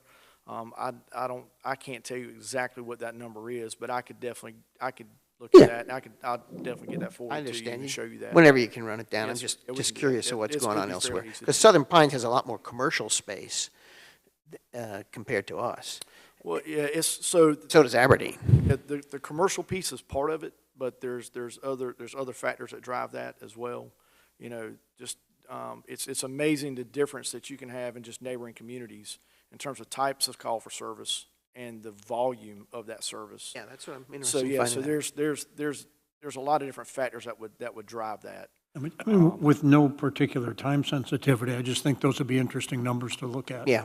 And they'd have to be factored in the explanation as to where there's commonality and where there are differences. Yes, sir. Yeah, we can get those numbers because they report to the same National Incident Reporting System. So. And do they use the same breakout that you have, percentage of calls for service, that same chart? Is that a standard chart for a fire department? So yes, sir. That's all based off the National Fire Incident Reporting System. Thank yes, you. Sir. That would be good to see. Yes, sir. Yeah, we appreciate that. Yes, sir. Go ahead. So moving on to the right on the bottom, so the state of North Carolina, through the State Fire Marshal's Office, they mandate our inspection schedule. So based on the type of occupancy, and so the type of occupancy is what goes on inside that building, that drives the type of inspections or that frequency of the inspection for that type of occupancy. So I'll give you an example. A high hazard occupancy such as the hospital, okay, because of the type of occupancy it is, we have to inspect that building once every year. Whereas a general business, okay, that's a once every 3-year inspection. And then there's a fairly narrow kind of middle ground where it's once every 2 years, and those are like storage facilities and those types of buildings. So when you look at the state mandated inspections completed, that's what that state mandate is. So we had 724 state mandated inspections completed. Of special note during the U.S. Open, so during those days prior to the Open and all the way through that, there was 499 inspections completed that day. So basically what a firefighter's done for the U.S. Open is any tent that was 800 square foot or larger, we hit those tents every single day. So we would start at about 6:15 in the morning, and it was all hands on deck till probably about 10 a.m., 11 a.m. that morning. And then, of course, we had to go in and enter those reports. And so the other area that we've seen a lot is, and I'll kind of break this down for you, plan reviews, compliance consultations, and re-inspections. So one thing that we do, and Alex, and in the example that you heard in Sandstone about the fire inspection, so we're actively engaged in that plan review process for these buildings from the ground up. It's a whole lot easier to find it on paper and correct it than once they start building it. So we work very closely with Alex and his group, and Scott and Jeff and those guys, and really working to help these projects make sure that they meet the fire safety standards that we need and the codes and the regulations that we need. So compliance and consultations. You know, a lot of times the phone rings and they're just asking a question. If I want to build this, how does it work? What does the code say about how I need to do this? What does the code say, or what do I need to reference in the code? Is that information on our website? As far as the questions, the most frequently asked questions. Yeah, so we've got a portion on there where we direct them where they can call. We can answer those questions. One thing that we're looking at, and that's part of that compliance engine piece, that new freeware that we got, is we're looking at trying to now that we're getting we're getting a lot better data now because we're out in the community more, able to get the inspections done because we have the new position that y'all approved for us last year. So the granularity of our data is getting a lot better now because we're more consistent in that. And so we're really starting to really be able to hone in on that and really get that piece really identified. And that's something that we're working on to be able to do. The other part of that we're doing right now is there's a new records management system that we're implementing as well as part of the county as a whole. And that's going to help that greatly as well. Okay. I know our residents expect, whenever they place that call, they're looking for quick response. What is it that you all would like our residents to do that would make your job easier? I mean, should they be checking their smoke detector annually? What are the things that they ought to do as a homeowner, because that's what we largely deal with here, so that it makes your job easier and they have a skin in this game rather than just, problem, I'll call the fire department? I think a lot of times we would encourage them, number one, make sure their smoke alarms, okay, that's the number one thing. Make sure your smoke alarms are working and make sure that you're checking them. One thing that we really push right now, depending on the age of the home, if it's an older home, we really encourage the use of the 10-year lithium smoke alarms. If your home is not protected by a monitored central station alarm, such as like an ADT alarm or Central Security, somebody that's monitoring your alarm, let's say you just got smoke alarms that you just put up in your home yourself. They make 10-year lithiums, so that way you're not having to change the batteries twice a year. If you don't have the 10-year lithium alarms, we recommend to make sure you're changing your batteries. And then, just basic general housekeeping. You know, we all have stuff, and we all know, especially, you know, us, you know, we like our garages, right? And we like piling stuff up in our garages. And so just basic general housekeeping, just basic things like that just help out with that. And then one thing that we do is that, and we encourage it, that if somebody has a question about something, it's just prior to the meeting, for example, tonight, a citizen came up and said, hey, how often do I need to replace my fire extinguishers? And what do I need to do to maintain it? So we encourage them that if they've got questions like that, please call the station, let us know. We'd be glad to come alongside them and help them with that, help them through that any way that we can. Because it's like you're saying is, you know, an ounce of prevention is better than a pound of cure. And that's really what it's about, is trying to prevent them before they start.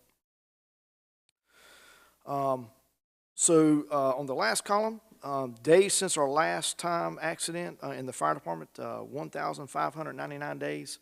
That's something that we're very proud of, especially when you consider the nature of the work and what we're exposed to day in and day out. Matter of fact, this month is another milestone every 6 months. And so we're going to take the firefighters out for lunch next week. And like I said, they very conscientious about that, very, very deliberate about our actions and how we protect ourselves. And then training, you know, we had 7,135 hours of training, 1,710 hours of that is advanced. Some of that advanced training includes going to the National Fire Academy in Emmitsburg, Maryland. The National Fire Academy is there. It's, in terms of the bang for the buck for the training, it's an awesome experience for our members to go. And then the in-house training, we have a very clear-cut career progression. Just like you heard this, you know, we talked about it tonight a couple times about succession planning. Our career progression plan gets somebody as soon as they come through the door as a firefighter, and they have a very clear map about what it takes to move all the way up and through the organization if they so choose. And we have it laid out for the firefighters, and they know exactly what they need to do, programmed out, and they're compensated for that once they reach those milestones, and they're tested, and they pass through that. They pass the test on that. And then kind of back to your question, like you just asked a minute ago, how often do we contact people? We had 47,222 public awareness contacts. So that could either be social media hits, calls to the station, any number of those types of contacts. And we track those because that also reflects back into our ISO rating, because we have to be able to show when the State Fire Marshal's Office comes in and does those rating inspections, we show that we actually get credit for that, and that's part of our rating as well. Any other questions for the deputy? No, I mean, public safety is our number one service, no doubt about it, and appreciate it. Thank you for all you do. I'm assuming this slide's a couple days, so you're already over 1,600 days now. You guys are regular Cal Ripkins over there in the fire department. Getting close to 4.5 years, which is fantastic. Okay. Thank you very much. Thank you. Next item, regular business 10B, overview of fundraising report from the Given Tufts organization and capital development. Please come forward.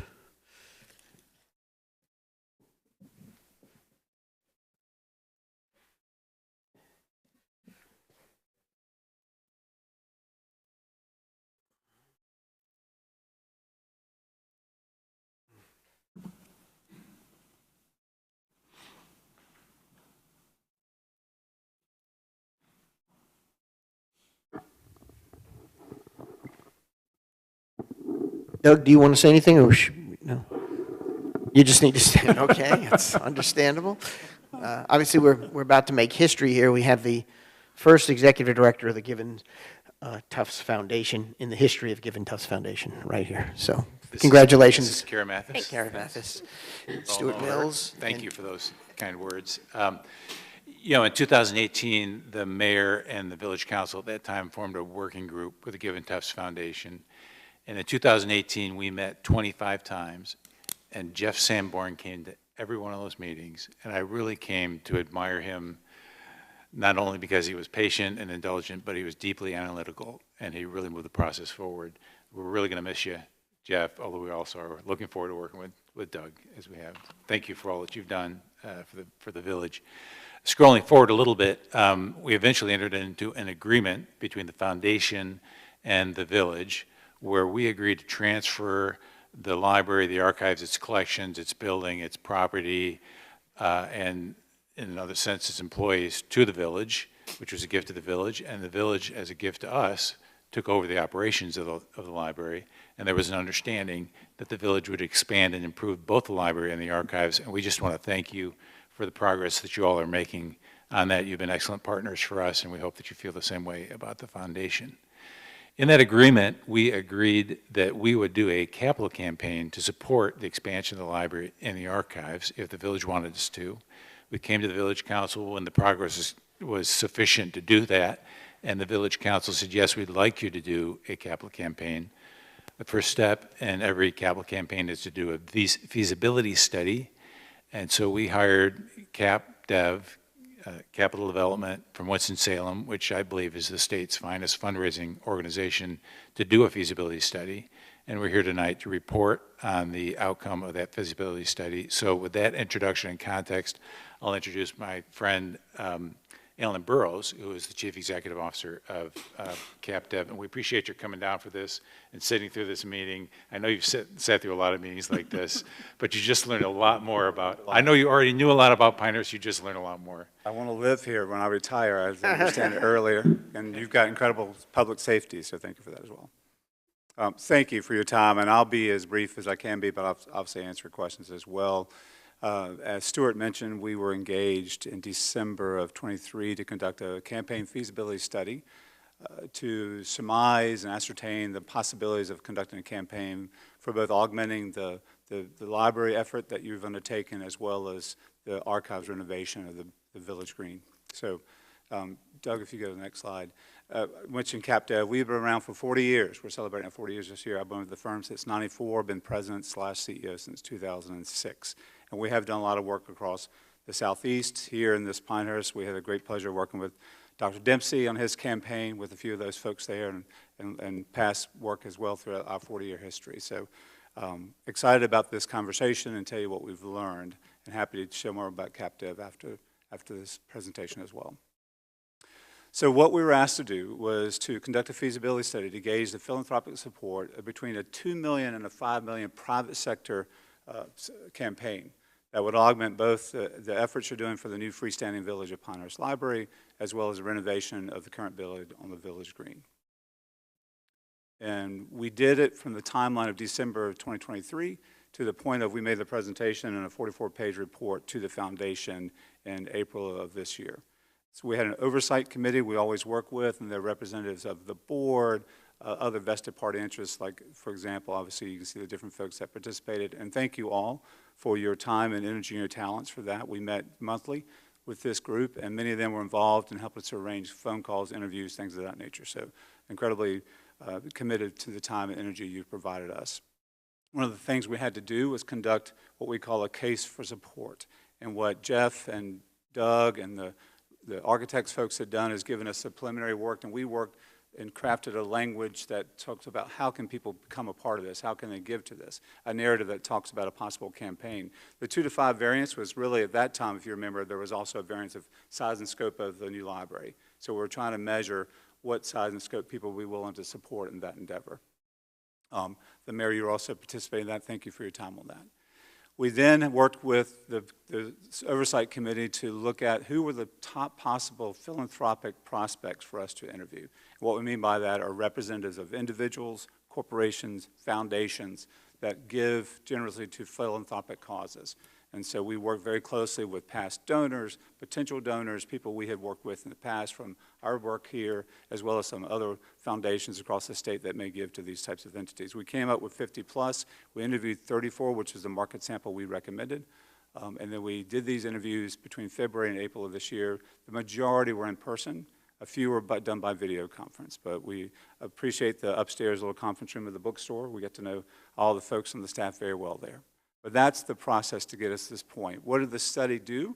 The study measures perceptions and organizational mission, vision, and fundraising capacity. So it really measures the Givens Tufts Foundation to some extent and people's viewshed of that. Secondly is, what is the local support of these campaign priorities, the $2/5 million effort for both the library and the building on the green. Their inclination to be a part of this effort, both financially as well potentially as personal involvement. And then what's the overall predictives about achievability of a campaign that we propose to them and their input on timing of said campaign. Is there competition in the marketplace? Is this the right time? Is the economy good? Sort of an environmental scan, if you will. So that was the objectives of coming out of this meeting. How can we present this data back to the foundation? I'm going to try to give these as overview as possible. As I said, it was a 44-page report, but the bottom line is there's overwhelming support for the central role of both what the library and the archives play in Pinehurst. There's not a single person who didn't appreciate and, quite frankly, admire the work, the activity that goes on with those two entities. Secondly, there was, at this juncture, if you remember this is first of the year, there was, in the narrative, a lot of people were asking questions about the role and financial commitment towards this new library that was being built, if you will, and for the current building on the Village Green. What that means is basically there was still a lot of concerns about from the private sector lens, is what's the responsibility of the village and what's the responsibility for the donors community, if you will. And that's sort of the third point, that we did not hear necessarily as much philanthropic support for the library, because a lot of times at the time it was perceived as much more as a village responsibility, not a private sector responsibility. It doesn't mean they weren't overly supported, but not at the campaign level that we would need in order to justify going forward with it. We did hear strong support for a major campaign initiative of the Village Green building and the expansion of the archives. There was consensus wide across the array of folks we interviewed that they're very intrigued and wants to see more activity and opportunity that can exist with that facility. So the recommendation, the highlights for the findings we heard was reimagination of the archives, including the formation of a public-private partnership that relates to a potential campaign, if you will, and while the new library is under construction. So it doesn't have to wait until the completion of the library, and we'll go through the findings, the recommendations. So based upon this, what we recommend is the first is for Givens Tufts Foundation to assemble a task force comprised of representatives of the Foundation, the Donald Ross Society, Pinehurst Resort, the USGA, Tim Wilson Society, and the Village to explore a new vision for the Tufts Archive and future campaign. There was expressed interest in this endeavor. The second is because we did find people supportive of the library, but just not at the level that would constitute conducting a major campaign, is that we encouraged the Village of Pinehurst to move forward with this plan to build a new library and focus on the potential of working with the foundation to establish some promoting naming opportunities with the correct policies, procedures, and all that stuff in advance, and work for those for interior rooms and spaces. So sort of a major gift initiative of naming opportunities with the library while you're conducting this task force. That's the summation of the report. I'm happy to answer questions and happy to respond to any other thoughts or ideas you've got. I think you're right on that once the construction begins on the library, that will be sort of a point of a green light to focus on the archives. The library has had a roller coaster ride, and I'd like to see that first shovel of dirt turned over before we get distracted. We appreciate that. So, but it certainly provides, we know it's going to take probably a year, is what the estimate's been, but if it goes a couple of months past a year, that gives ample time to, I think, focus and address the issues surrounding the archives and how we maximize the ability to turn that into a really fine facility that functions as well as an archives and museum and maybe a little welcome center somewhere. But that's about it. That's my thoughts. I read your summary earlier, so. Thank you. And we felt the same. We heard the same exact sort of time frame. There's nice parallel tracks the task force can get underway. But and to pay attention to the foundation's responsibility is to help you think through the naming opportunity and policies that will exist with the new library as well. I guess one question on the naming. We have rooms, I believe, I know of one, the Eric Nelson room, because I've met in it at the original library. I assume his room stays there, or do we move, does the name move to the library? Does anybody given any thought to what happens with that? Do we know if there are contractual arrangements that, or commitments that were made initially?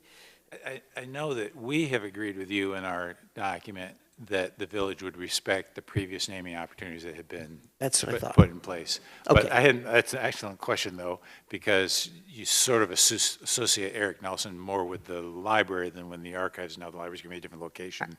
So that might require some thought. Well, Yeah. I'm very concerned about donor intent. Yes. Yeah. So I'm sure you are in your Yes. business and so on. So that's my only sort of significant question, I guess. I'll ask my colleagues. And Dr. Just before we move on, contextually, we've asked people to engage in the process. They've shared their time with us. They've given us their views.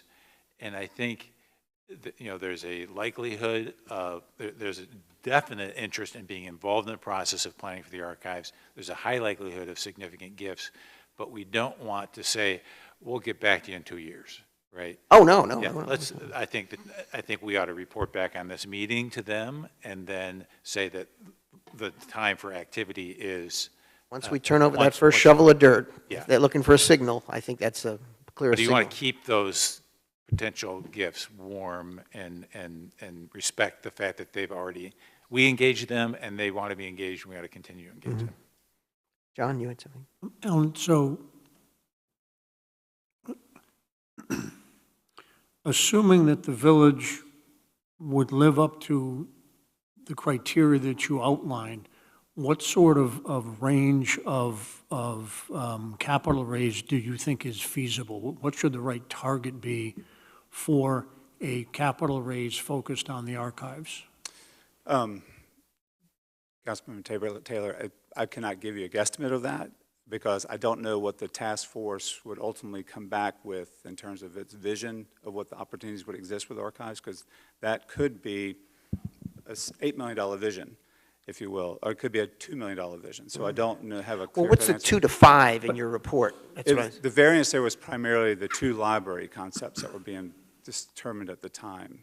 The 2 to 5, $2 million was a more conservative approach, of which a portion of that was going to the archives, and then a $5 million was a larger library concept.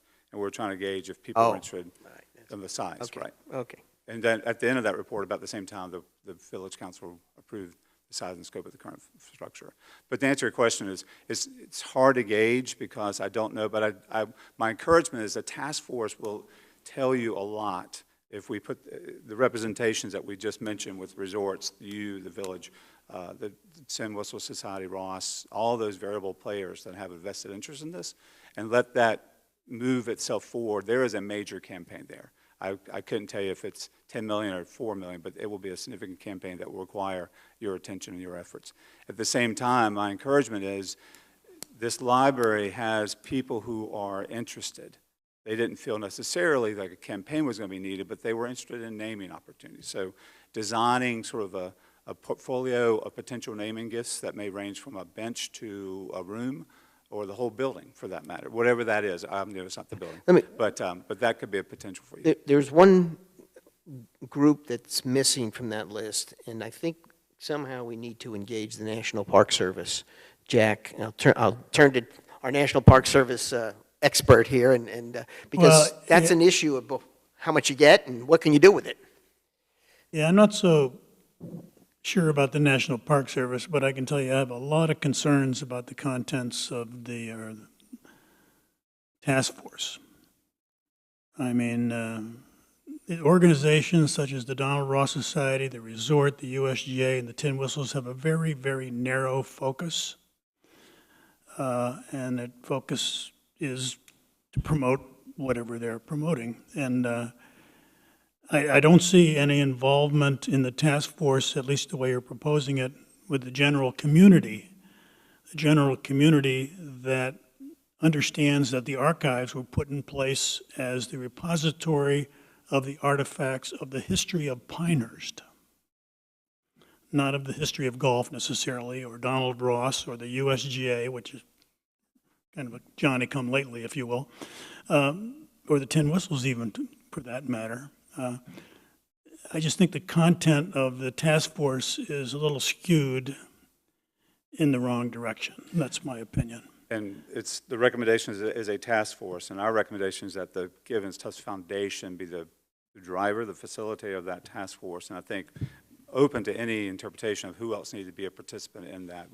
These are just recommendations that many of the societies said, we'd like to be a part of this, or we'd like to be a part of this. But you're fine to open up to some community citizenry. The foundation, to some extent, represents that because they're all civic, community-minded folks. But that's the task force. Ultimately, is up to you to decide who else wants to be a part of that. We're just giving you some examples of who we saw that were relevant to the cause at the time. Yeah, well, I think relative to the National Park Service, that has to do very much with, in the sense, not just the physical structure, which are contributing the village green and the building and so forth, but more importantly, the artifacts which tell the story. That tell the story as to why we became a national landmark. And I'm very concerned that that's kind of lost in the shuffle, the way I'm looking at it here. So that would be my concern. I think we're higher than 50,000 feet here right now, of course. But I'm giving you just a general concept, the way I see this. I think you may think we've done more shuffling than we actually have. But Alan has identified some groups who said they'd like to be involved in it. Obviously, the essential partner to this is the Village of Pinehurst because you own the property, right?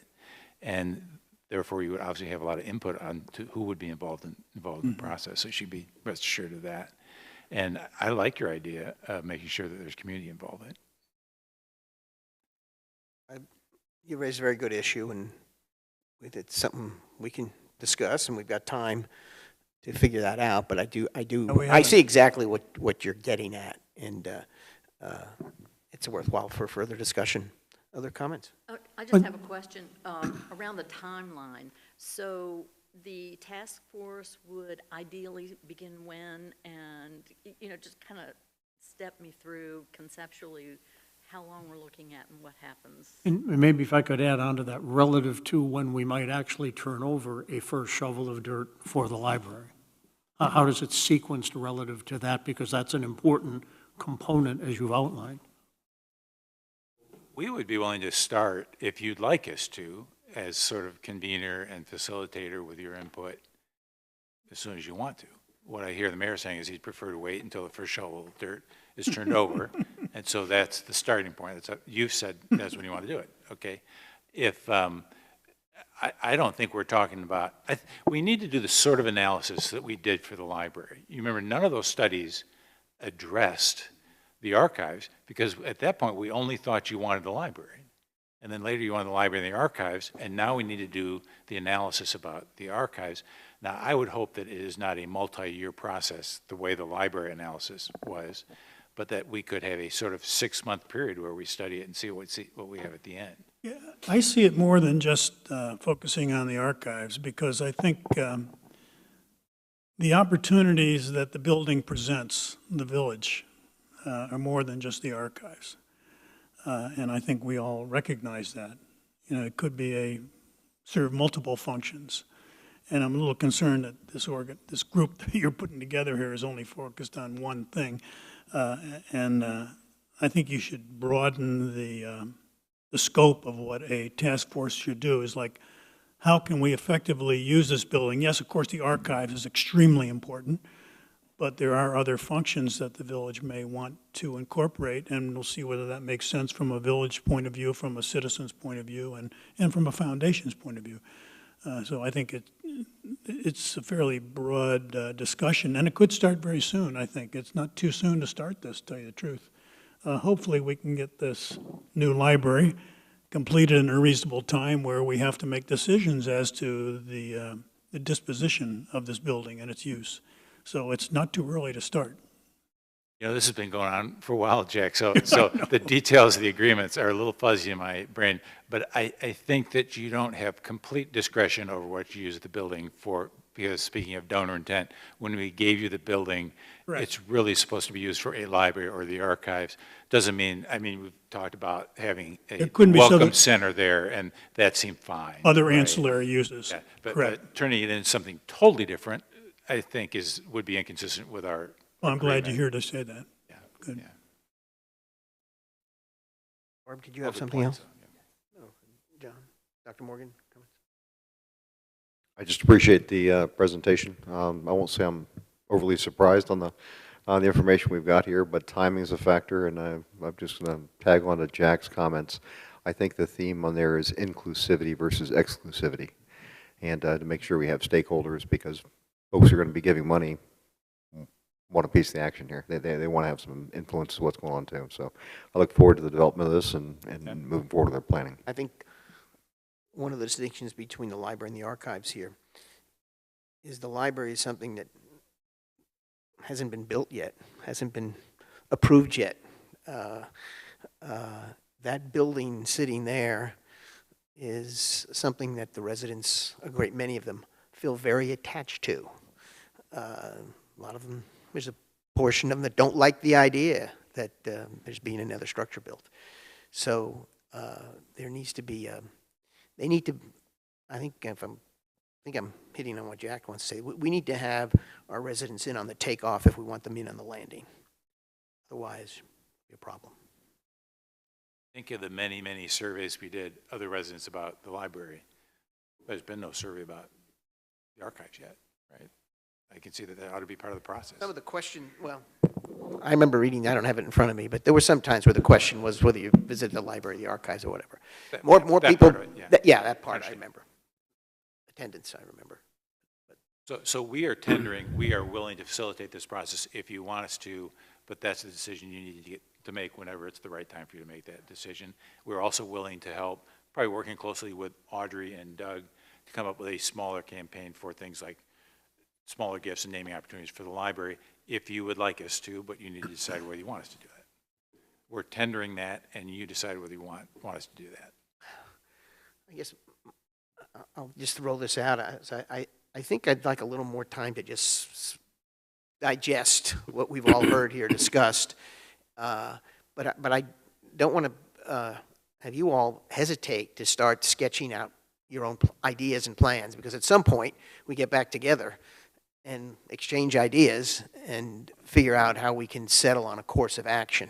So, why don't we put this in a topic for one of our work sessions? Yeah, next couple months here to bring that up, because it's certainly. Let's add it in September. We're not going to be back for till September anyway, so it would be a good work session topic. Gives us about 4 weeks to at least brainstorm. Or even the second meeting in September. Or Doesn't have to second be the meeting. I'm not first hung one, up but- on which one, but Jeff, you had something to say? Yeah, I'd Jeff just like to ask a question for clarification. I think you used the language somewhere in there about a public-private partnership. Can you help us understand what you intended by that? And that language, it typically means since you are the owner of the facility, you are the public entity. And so the private sector would be willing to support investment through gift campaigns for that nature. Okay, They're not thank you. owning it, it's the public-private venture. And the original case, there was a narrative, in the narrative, there was some funds allocated to the archives for expansion renovation as well. So that was a public investment they saw in that document. And I think the elephant in the room in public-private partnerships are that you can't commit to fund money that may not ultimately, as the public side, that may not ultimately turn up. But we're a long way from that. We have a lot of definitional work to do first, and taking things that are fuzzy at the moment and bringing them into much sharper relief. The Fair Barn obviously is a public-private partnership. The Arboretum was a public-private partnership. I think it's in that sense of the word that we're using. As much as the Sand Hills Community College and its foundation. It's a public-private partnership. I think what we're going to do is going to add this to a work session, either the first one in September or the second one in September. I'll defer to Doug and staff if they've got a sense of where it is, because we're still waiting for some feedback on the library from Oakley Collier. So, and then in the meantime, we can chat among ourselves, I guess, and figure out, some things that we think we want to be sure is included or not included, whatever. Because we just have this right now to digest. So, and then you all should keep thinking. I mean, there's nothing to hold you back, especially now that you have a brand new first time ever executive director. So, okay. Is there any other questions for our guests from the Given Stuff Foundation? No. Well, thank you all. Thank you very much. Thank you for coming down, Alan. You move forward on that decision. Oh, I hope we have something easy to take up in this. Oh, come on up, Parks and Rec.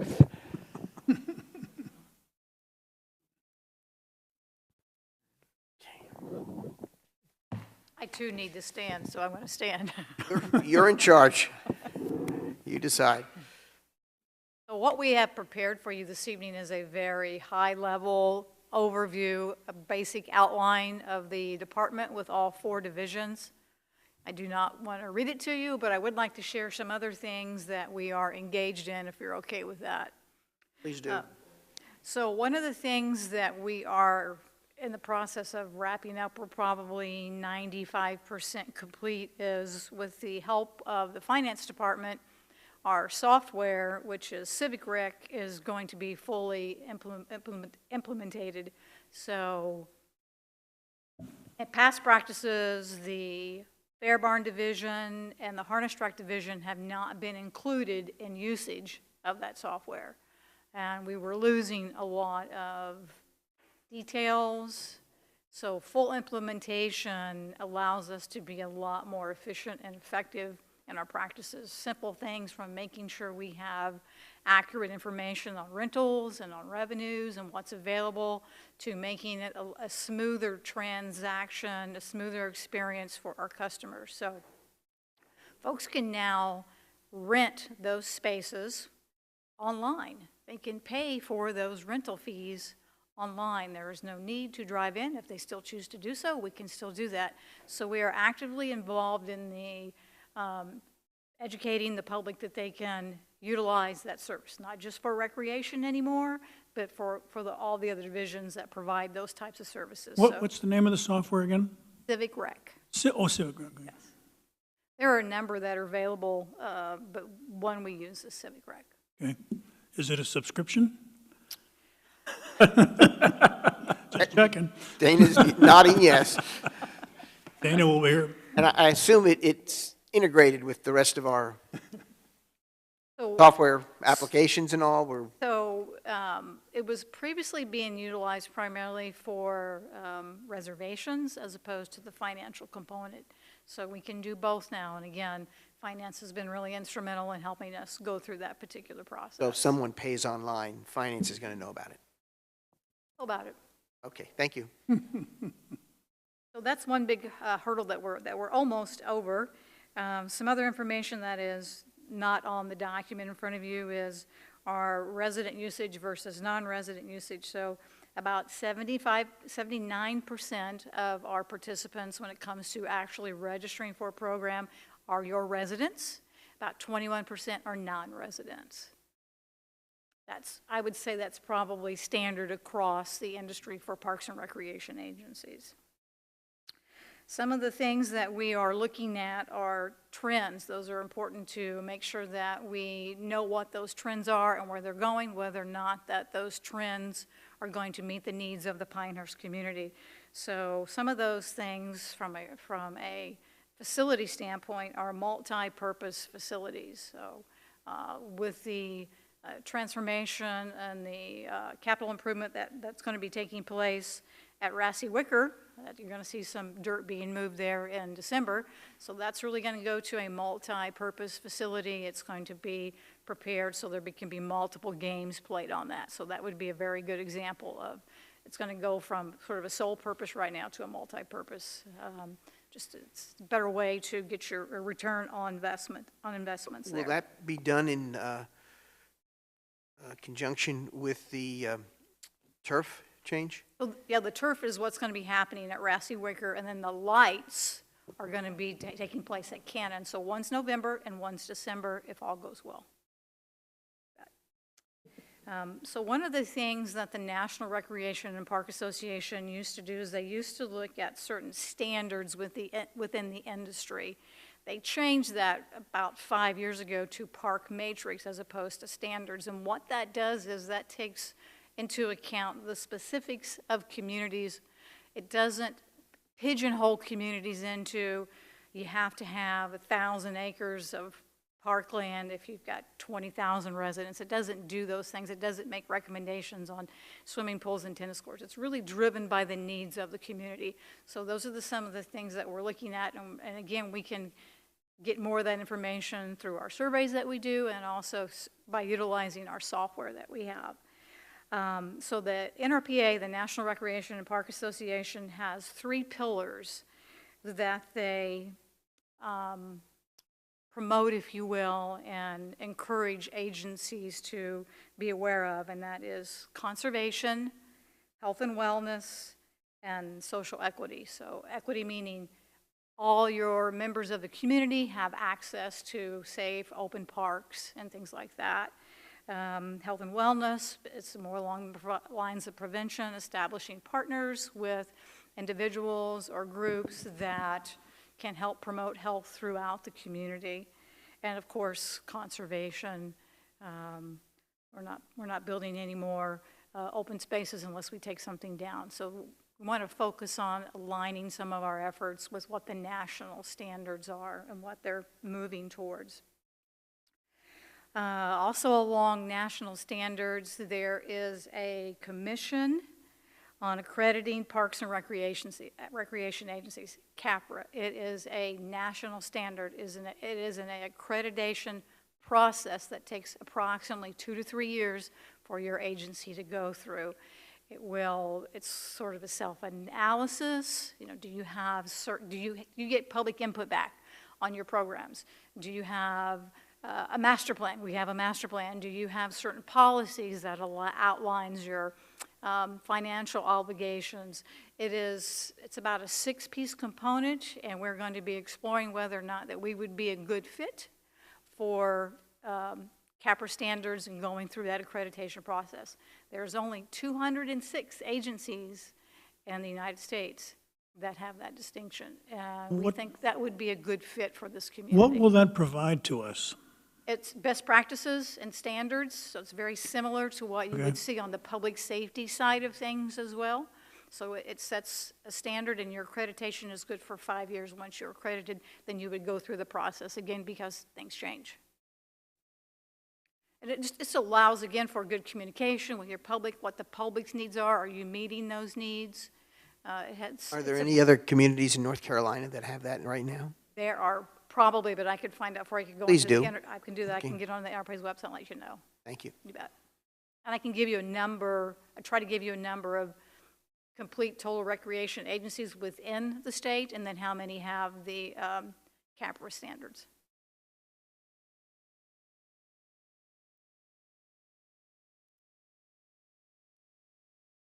What else can I answer for you? We have a staff that is very dedicated. We are wrapping up the entire summer camp right now. The whole summer camp ended a couple weeks ago. Then we have a couple weeks of specialty camps.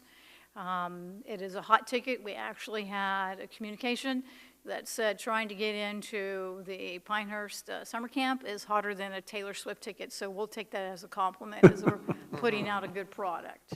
So. Okay. I do have a few questions. Maybe we should charge accordingly. Shake it off, John. I do have a few questions. I like to read the activity guide. And what I'm curious about is, do you have metrics that go with some of these programs? In other words, I'll give you a concept. You have adult open gym programs, and there's a charge for residents and non-residents. There's a family charge and for residents and non-residents. Can your system or you tell us how many people and families participated in the open gym programs last year? We can do that. We can run that through our program. Okay. So the open gym program so you would have an open gym program for the time it's programmed for pickleball. You'll have an open gym program for the time it's for volleyball or for basketball. So you'll have more than one number. That's fine. I'm trying to place some metrics next to these programs. And I noticed actually there was some changes in the new summer guide. We used to charge for the Youth Coach Pitch Baseball League.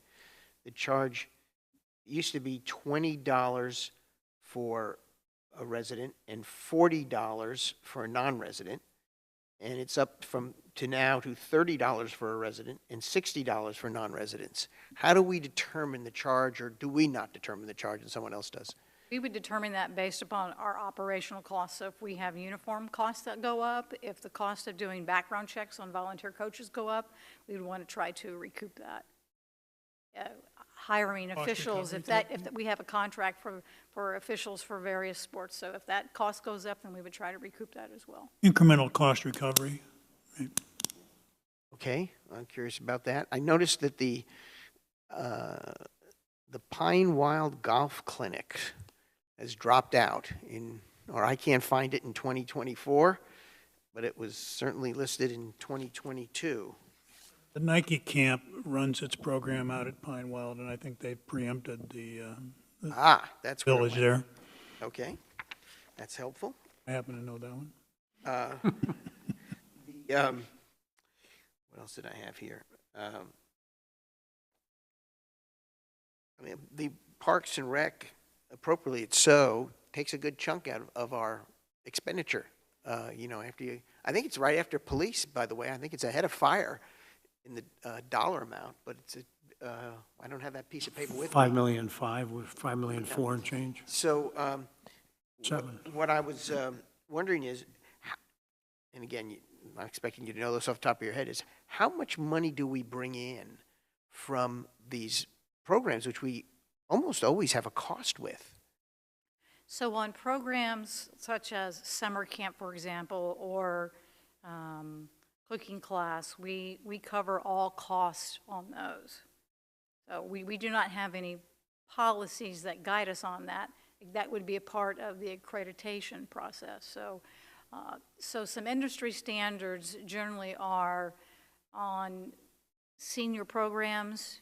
You try to cover anywhere between 80 and 100%. If it's more of a specialty item, you want to be covering at 100%. Youth programs, you could cover at a lower percentage. So if I was guesstimating off the top of my head, I'm going to guess somewhere between, now if you're including all the divisions, 35%, 50%. All right, well, no need to guess. You can check it out and Do that? let us know. I think I would back capital out of that, kind of what is the operating expense versus the operating revenue, because capital is something that we sort of budget for separately. We do these things for our community. Most of them. These are, some programs are maybe a little better than others, but we're doing them because we live in a community and we want to make it a nice community with our programs. I was a kid and once went to a summer camp in New York, and showed up at the elementary school, and that's where I was for 4 weeks. But let me... And to your point, Mr. Mayor, so there are some of our largest programs that we offer, they are free to the public. Live After 5, there's no cost to that. I got the Live After 5. Christmas Let me tree ask you lighting, about this one. Fireworks, those are our higher cost. Yeah. How do we determine what we are not going to repeat? I noticed that a couple of years ago we had what is this called? The high intensity interval training for women. It's an adult program. And now in 2024, it's not listed anywhere in the book. There is a SLAM program that is geared towards women. Mhm. That probably has a participation number in between 17 to 25 individuals that participate in that. So there are several things that can dictate whether or not you repeat a program. One can be access to an instructor. If you are doing the program at your own facility, or if you're partnering with somebody and that space is no longer available. It could be low attendance. It could be just a shift in trends. So I noticed that Tai Chi, we charge residents and non-residents. Non-residents are charged $66 for the class. But line dancing, there's no charge. Now, Tai Chi is back in 2024, but line dancing, of which there was no charge, is not back. Which one did you want to go to? Actually, I'm looking for Pilates, and I can't find it anywhere. So I'm trying to understand how we make these cuts. You know, the United States Postal Service actually does a count in the drop boxes of how many envelopes are in there. And after a while, when they're below a certain number, they remove those blue boxes. That's why there's fewer and fewer of them around the country. That's one of the few things they're allowed to do without having to go to Congress. So if you wonder, where can I put this darn envelope, how come there's nowhere convenient? Well, They've Pat, been removing them. if I could just sort of follow up, right at the very bottom here, we've got 332 programs offered, 4,000 participated. That's 12 people per program. And I assume that pickleball and basketball might be very popular and be substantially above that, which implies some other ones are below that. How do we think about what we want to offer as a public service? Those are programs. Those are not the athletic side. So, for example, Athletics below it. So, for example, the youth basketball that we had in the wintertime, there were 500 kids that participated in that. Let's take athletics then. 68 programs into 3,000 participants, but let's take just one out, basketball out. Or is that multiple programs depending on age? There are multiple age divisions within the Right, program. but do we consider that one program, or depending on the age, are they different programs? You could have one program with different divisions within it. So we could have a Tai Chi class that one program is on a Tuesday and another program is on a Thursday. So that's going to be counted in our system as two separate programs. Some of the things that the numbers do not include is passive activities that people do in the parks or come in the community center and use the community centers for. Those numbers are not in here. There's no way for us to capture those. We don't have a way to capture people who are just having a pickup game of Frisbee in the park or flag football or whatever, or people who are out. When I come in the morning, I could probably count on one hand the number of times that I have not seen somebody walking around the building, because they use that. They have a course. You can tell that they're walking around the park, then they're walking around the building and the parking lot. Those are all things that provide benefits and services that we can't count.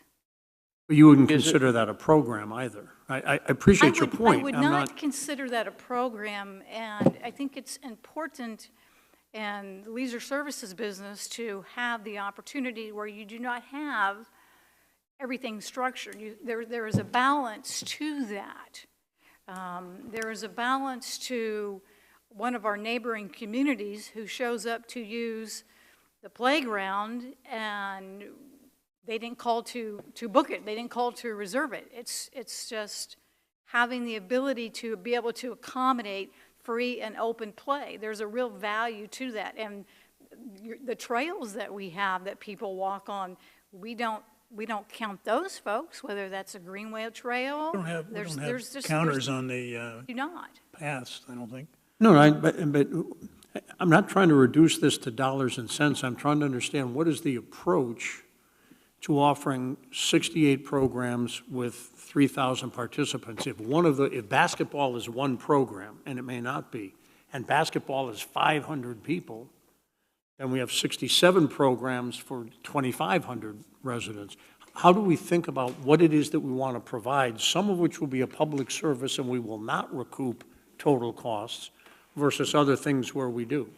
You do that by looking at trends, like we've discussed a little bit, and you do that by talking to your clientele and having conversations with them, and the feedback that we get from our surveys. So during the course of the U.S. Open, when we are providing events and activities downtown, one of the nights that I worked, I was on a golf cart, and it was that 5-minute elevator conversation from when we picked folks up at the empty lot, and you take them downtown and you have that conversation with them. It's just little bits and pieces of information, and listening to what people are saying are just casual conversations. Hi, how you doing? You have a good day? You know, did you enjoy the class?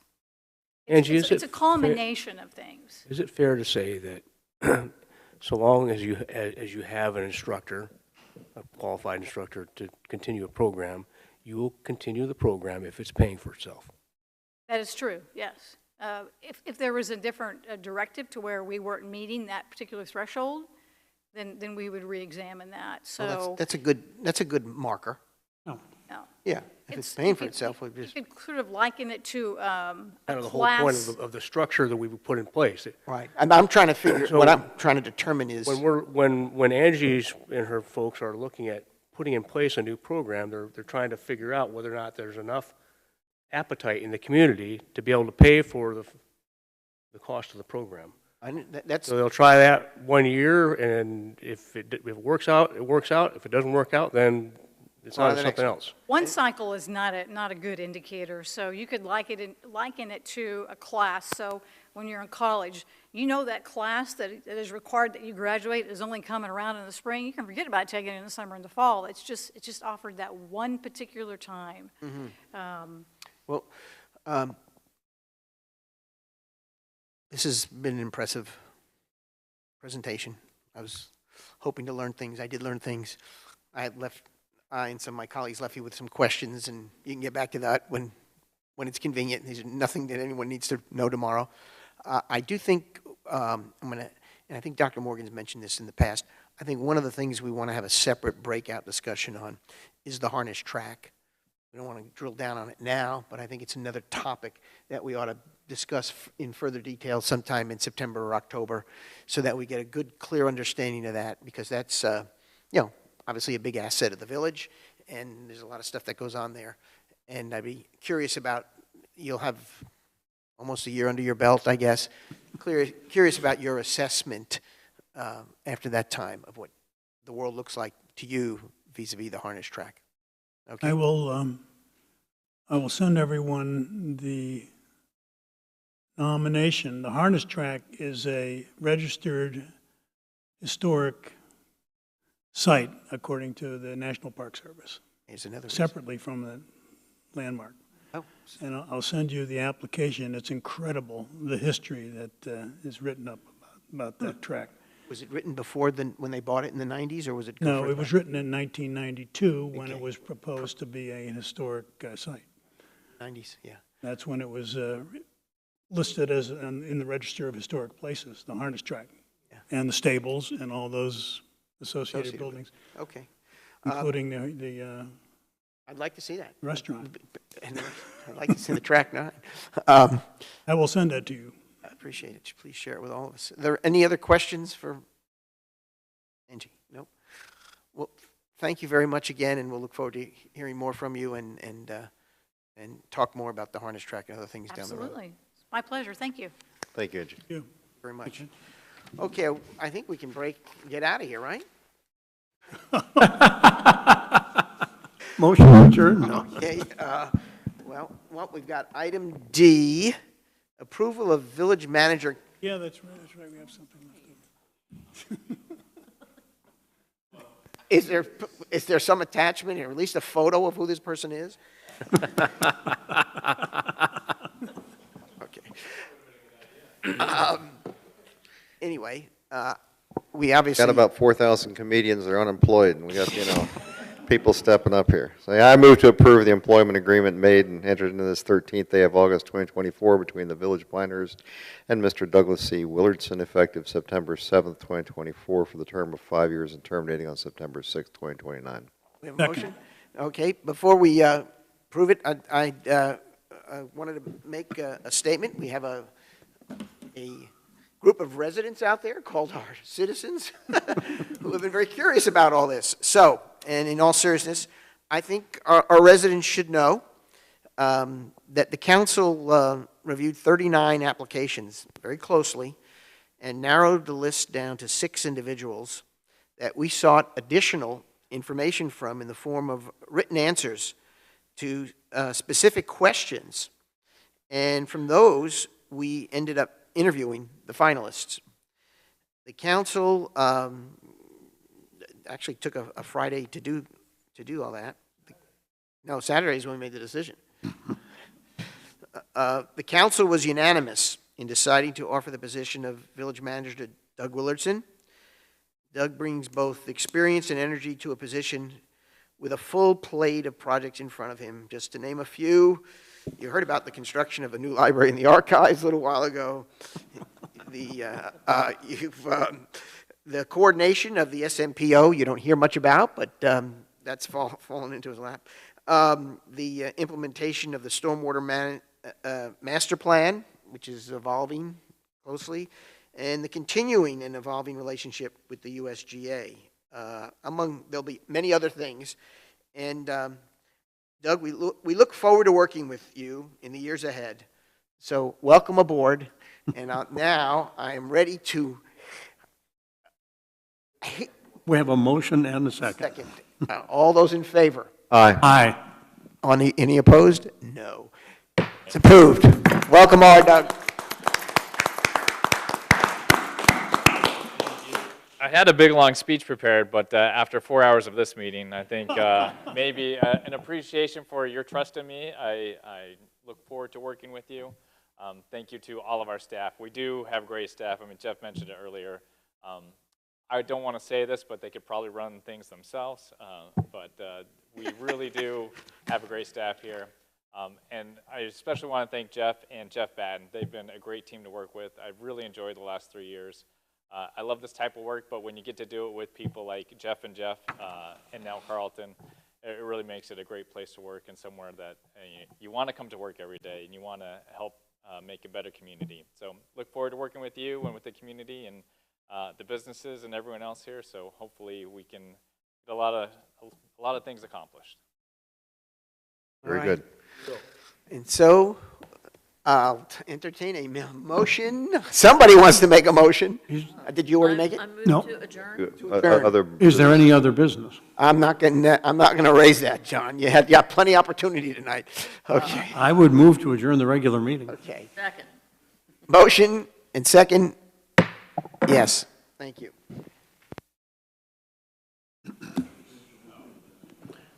Do we even have a work session tonight?